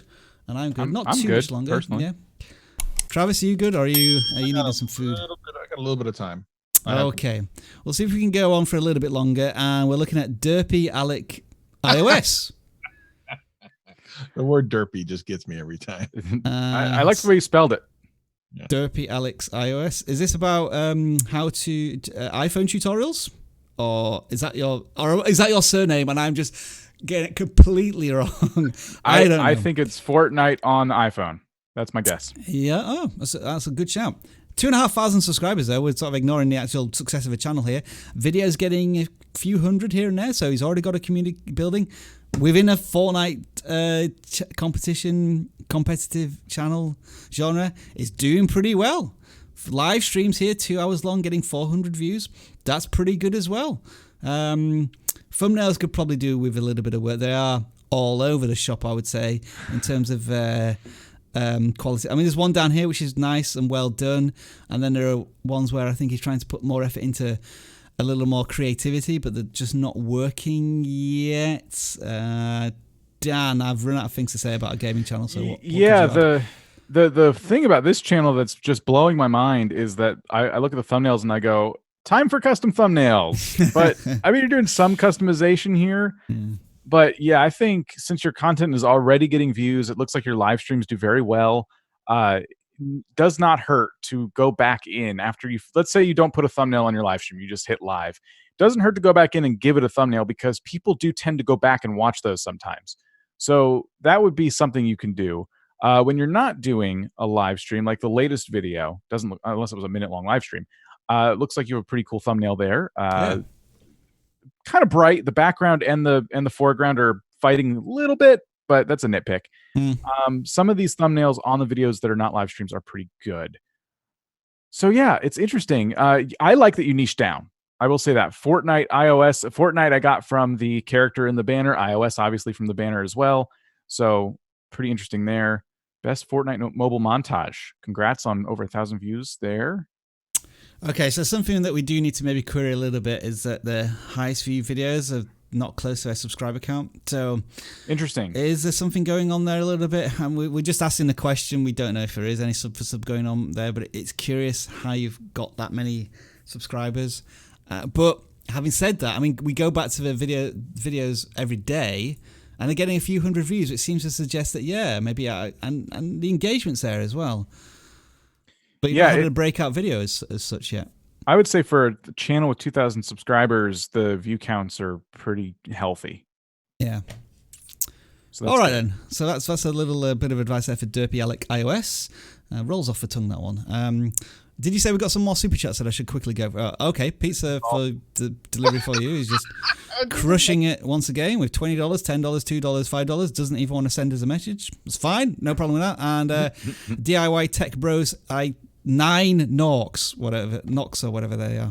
Is that Norwegian currency? I'm guessing. I'm sorry. And then there's one here which I can't see for some really frustrating reason, as always. It's Mike C with the $2 there. Appreciate that. Let's choose another channel. I'm going to try and... All right, we're going to try and do 1 minute audits, okay? Let's see if we can do that. Yeah, I haven't got a timer for this or anything just yet, but we're going to do 1 minute audits, even though it takes me about 1 minute to load up the channel. All right, so here's the first one. Travis, I'm going to give you 1 minute on this channel. When it appears, go. Hubby found this great, comfortable, modern home. That is not mobile safe. It's on the left-hand side. It will definitely get cut off on mobile, so you want to make that in the center. Let's figure out what you're doing. Helping fans, okay. So thumbnails are okay. There is a lot of text. Let's kind of limit that a little bit. I like that you have a color for the kind of brand. It definitely, when I look at the thumbnails, I can tell they're all from the same creator, at least most of them. Let's see what we're doing here. Professional license, renovation. So it looks like you're, okay. So titling is the way you're titling your videos is more towards a channel that has a lot of subscribers. Instead, I would look to try to answer questions specifically in your title using keywords. Of course, using our tool will help you do that. So instead of saying something like plan your home construction project by answering just 2 questions, it's just too much. Saying something like best way to plan my home construction, how to use a scale to read architectural is exactly what I'm talking about. Like literally, do I need a permit for my renovation? Like, you're proving my point. Do more of that. Those 3 videos, double down on them, I would say. Good start for the channel, relatively small, and only got like 10 videos out, and I've some good stuff there. Okay, but we're trying to do minute channels there, so yeah, double down on those top 3 answer questions that you're people are asking. $8.99. 869. Okay, Dan, this is going to be yours. D&D. Is this Here we Dungeons go. and Dragons? There you go. Yeah. Dan's favorite topic. Not my favorite topic, but I've it's just decided. cool. Dork Forge. Love the channel name. Oh yeah. So same advice Travis gave you, not a mobile safe banner, because like the hero of the banner there, that text, great name. Dork Forge is awesome. Move it to the center of the banner, or at least closer. So noticing a lot of thumbnails with a lot of text here. The text is readable, and because it's Dungeons and Dragons, maybe you do need some text. So I think they're nice, actually. Now that I'm looking at them, I think they're actually pretty nice. Maybe not some red more though. I would try and get back away from the red color. Yeah, I agree. Back away from red, but the blue really stands out. I would try to get some more characters in your thumbnails and try to get them to pop a little bit better. I don't think in the case of Dungeons and Dragons, text is a terrible thing. View counts, some of your videos have pretty decent views. Yeah, I was just going to sort by most popular. I think there was one here which is like, maybe this is your title, interestingly, how to play a character in Dungeons and Dragons. That's great. There's Dungeons and Dragons, there's like new books and stuff all the time, so you have a lot of opportunities to cover a lot of different topics around the game, and the niche could even broaden in some cases, because maybe not a lot of people are covering the latest and greatest D&D book that comes out. But if it looks like you've niched down to playing certain characters, which are really interesting. You could do all sorts of stuff. You could do a live stream with you and your friends playing. So I'm excited for you. You have way less subscribers than views. Be sure you're putting calls to action in your videos. Hey, subscribe to me. Don't let people forget. And that would be my very quick advice. And probably include D&D and 5e, whatever that is, in all of the titles. Just give you that extra, like, because this one, Artificer Returns Best Battlesmith Build. I know it's the most popular video, but only people who are searching for that particular thing are going to find it. Whereas if you include Dungeons and Dragons and 5e in all of your titles, you're going to reinforce. Because you've niched down. We know what your niche is. Just tell YouTube that a little bit more in each of your videos. All right, so do I need to change the number here? Are we at 900? We're at 900, folks. I think Travis had something. Oh, hold on, Rob, one thing. Okay. I saw someone say something in chat that we might want to say for the very end. I don't know if they meant this, so I'm going to ask for confirmation. Someone in chat, the person called Dat Game Collector, said, roast my channel next. If that's what you meant to say, we will wait till the very end and we will roast it last. It will be roasted. So let me know in the chat if you really meant roast instead of Hashtag savage. That may be coming up soon. Vibe Trading is this channel. So what are we looking at? Stock market investments, options trading, day and swing trading, wealth building ideas. So it's about money. It's about earning money, saving money, etc., etc., etc. The channel is a few months old, but you haven't created that much content yet. The ironic thing is, if you're talking about day and swing trading or like daily investments, you probably want to do more regular content if you can.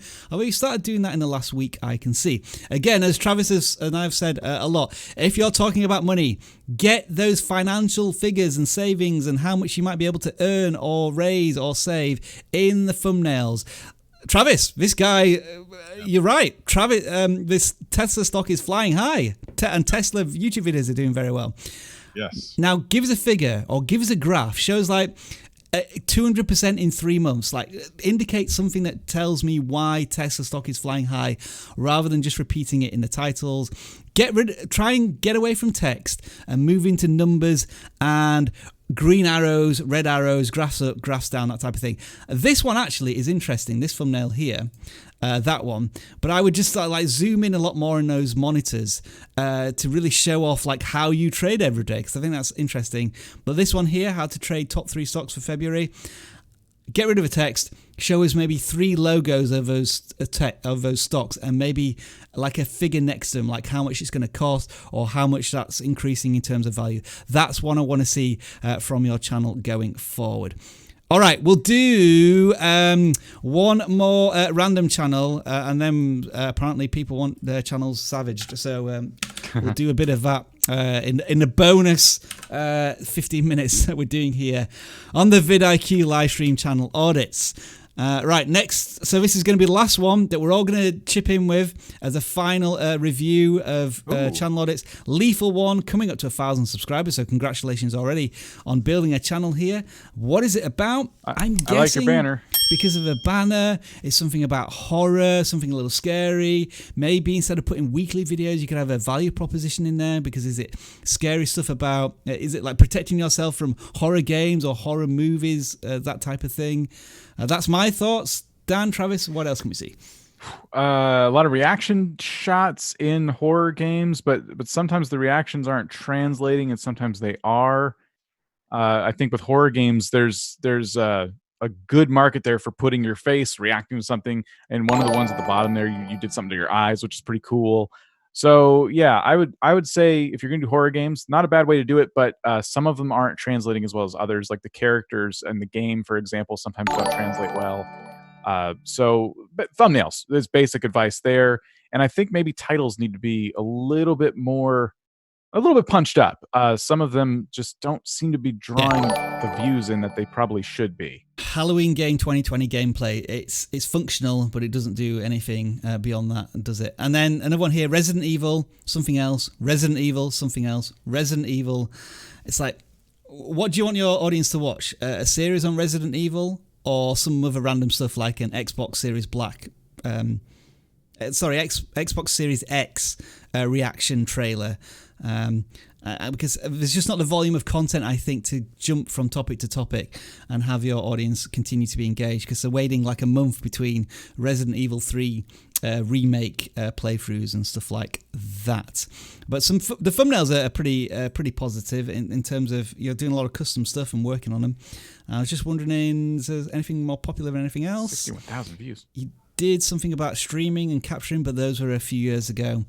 So maybe we can't use them as reference points anymore. We went through quite a few rapidly there, just to try and give some more audits out. And I'll do a bit more housekeeping before we get into something a little different here on vidIQ channel audit live streams. We got a super chat here, a big thumbs up from Pizza Delivery for You. Slapsfish Jr., one of the most fantastic usernames we've ever heard. You got channel memberships at 1,000 subscribers, awesome to hear. Oh, and Mike Seed was sending, what is that, an avocado, a tomato, and a kiwi. Yeah. Awesome. Is that making me hungry? I'm not sure. Who put I would love to be roasted as the vidIQ account? All right. Yeah. So, Travis, do we have a channel? Okay, hold on. Here's a couple things. First of all, that person backed out. But the delivery with a $50 super chat. Wow. Awesome. I didn't even see that. Thank you so much for the super chat. Let's do this for a pizza delivery for you.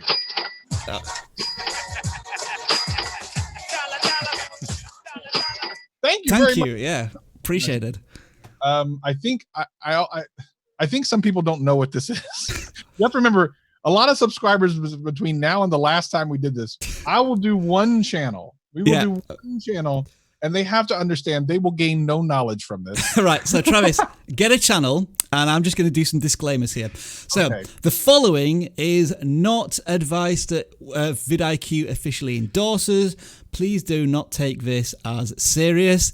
And if you want to take your channel seriously, then make sure to check out this Valentine's Day offer that we have for you. 30% off for the next day and a half on any of the vidIQ products that we have here, which includes Pro, Boost, and Academy in all of them. So do we have a channel, Travis? Ship it over on Slack if you can.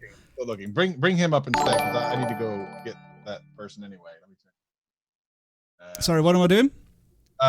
Put up Dan while I go get. I'm here. Dan, if you start talking, Travis will disappear. Dan, I'm here. I am replacing Travis. A lot of people are now all of a sudden saying they want to be. I don't think many people realize what's about to happen. I'm still looking. You guys know what a roast is, right? It's when we just rip something to shreds. We're going to try and break you as a human. Let me just give you an example. Previously, when we audited a particular channel, this person who may be roasting our channel next said, there's an audience for everything on YouTube except your channel. I remember him specifically saying that about one channel that we previously roasted. Paul Peckstra. Yeah, who is now a moderator. Yes, exactly. Okay. I have one.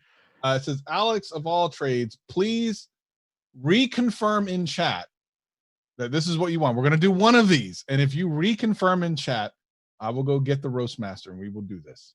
Send me the link. All right, hold on. Let's just do it. Let me get this. Did you say it was about? Okay. Dare you say one bath? Okay. Okay. Let me get it to you in here. I'm gonna post it in here.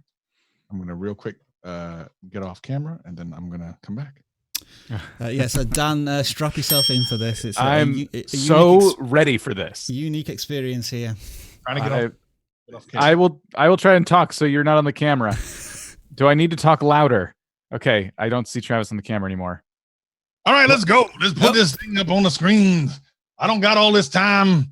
I'm gonna look at this channel. I'm gonna roast it real bad, and then I'm gonna go eat a sandwich. Hello, Savage. I remember last time you were on our live stream, you caused our concurrent viewers to absolutely plummet. I'm looking forward to that happening again. Where's the link? I need a link, Savage. What am I looking at? Send it to you in the thing. In the Zoom thing. In Zoom. Well, I'm not using Zoom. I was using Slack, so that's not happening at all. Okay, let me get you the Slack. Hold on. Yeah. Zoom's not going to work.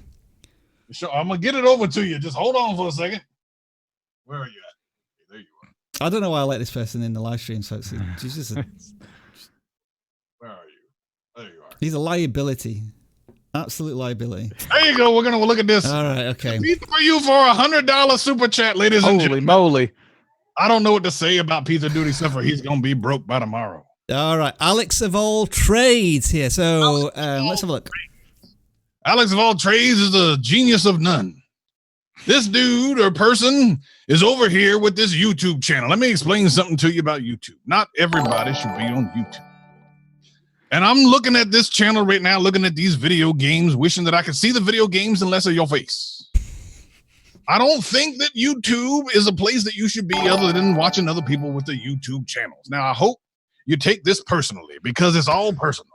I want you to understand that you should stop your YouTube channel tomorrow. Not today, tomorrow. The reason I say that is because I want you to make one more video that says I've been canceled by the most savage person on the face of YouTube. So please cancel yourself tomorrow. And thank you very much. For Alex of all trades, I mean, this channel's building up their audience. We're coming up to their first big milestone of 100 subscribers. And you can see they're passionate about the content. They're creating videos almost every single day, looking at lots of different games. Would you not say that this creator has the potential through determination to become a success on YouTube? I'm glad you said that. No, I would not say that. Okay. It's a shame they got canceled. You've been canceled. Hashtag canceled of all trades. Every single trade that you've ever done has been canceled. It's all been canceled. You've tried so many and none of them worked. But you're canceled. Thank you so much for the use super chat for this cancellation. Thank you very much. Look, Travis, Savage, we got a video here. It has nearly 1,000 views. Torchlight Frontiers. How much did it cost you to get 1,000 views? No. Was that? Did you get a good discount on that? That's good. Because I know 1,000 people did not watch Alex of all trades, a master of none. Once again, we do not think this channel's actually purchased any views. And I do not associate myself with anything that Savage is saying right here. Okay, so you've said that they should cancel their channel tomorrow. They're a master of nothing. All trades have been cancelled. Final thoughts, Savage, of this channel. My final thoughts are this. I'm going to subscribe just so I can unsubscribe. All right. Thank you very much, Savage. Is there anybody else who is interested in a Savage roasting audit here? Because we've got a few minutes left. Savage, if you want to ship another one over, I'd be more than happy to bring it up for some more expert opinion. Alex of all trades even said thank you. Alex of all trades, you're very smart. You know that sometimes you just need to be canceled. It's good. Now everyone in chat is saying me, but I don't have time for all this. I will pick randomly one more. All right, I'm just going to check on how many views we've got now. Yeah, we were at 450 concurrents when we started this, and look, you can see how now in the last 4 or 5 minutes, Savage has literally smashed half of that, and we're probably being unsubscribed by lots of people. But in the meantime, thank you. A pizza delivery for you, the $100 super chat. We are truly, I mean, Savage. should we look at pizza delivery for you, or would that not be fair? Let's go back to Paul Peck. He's asking to be roasted again. He's a 2-time roastee. All right, okay. Drywall. Paul Peck drywall. Let's talk about Paul Peck's drywall. I love Paul Peck's drywall because despite all the best advice he's given, he's continued on YouTube. And Okay, so this channel has 80,000 subscribers, and I remember actually having a very entertaining conversation with this chap at VidSummit. I've ever seen it before in my life. There's no way that 80,000 people are going to watch drywall videos. There's just no way. I don't believe it. You're not saying there's 80,000 people in the world who want to... There's no way. As a matter of fact, people don't even use drywall anymore. We know this. It's been scientifically proven. Oh. Paul Peck drywall is fake news. Drywall is fake news. You've heard it here first. There's no such thing as drywall. He made up an entire niche so he could get 80,000 subscribers. And let me tell you something, Paul Peck drywall, when you get to 100,000, I'm coming to steal your plaque. It better be made out of drywall. That would be the most unique. And then what's inside could cut it open and see what's inside a drywall plaque. Inside this YouTube channel, and then I'm going to unsubscribe from it just like I do all the rest. Look, Savage, DIY, how to match knockdown texture with the knockdown texture sponge, over 1 million views. Has your channel ever got over 1 million views? Discuss. Let me explain something to you about 1 million views. Shut up. Thank you for that. I mean, I wish I could summarize channels up in a single word. That would be so helpful. Wow. A lot more. That was savage. What are we down to now? We're down to we've gained some viewers in the last. Of course we have, because there are some intelligent people in the world. I'll tell you what. I tell you whose channel we should order next. Dan, what's your channel called? Oh, can we not? Do you want to? Okay. Sure. Type in Vortex. Type in what again? Sorry. VORTAC. This is. I'm gonna disclaimer here. I don't have time to work on my tag with a C at the end. I don't have time to work on my channel because I'm working here. I can't find it. No, don't put an N. Where's this N coming from? Vortex. Sorry. Why are you? Here we go. All right. So this is Dan's channel. Look, you can see his little head there in the bottom left hand corner. Let me explain why. All right. Because the banner reminded me I need to go to the bathroom. All right. Wasn't sure if I could feel it, and I can feel it now. So thank you for reminding me that I have to go to the bathroom. Oh, that's great. 17,000 subscribers, Savage. Is that not like an impressive amount of subscribers for a gaming channel? Everyone who has to go to the bathroom has subscribed to this channel, which is great. I'm so happy for you. Now, what kind of videos are we looking at here? Let me see. Do you have to, let me ask one question. For me to understand these videos, do I have to live in my mom's basement? I just want to understand that, because if so, I'm never going to understand. I'm so savage, my mom lives in my basement. Wow. He's back with a vengeance, folks. I don't know where he's been, and I wish he'd go back there very quickly. Well, I'm gonna go now. I appreciate everything that I've done. All right. Yeah, clear off.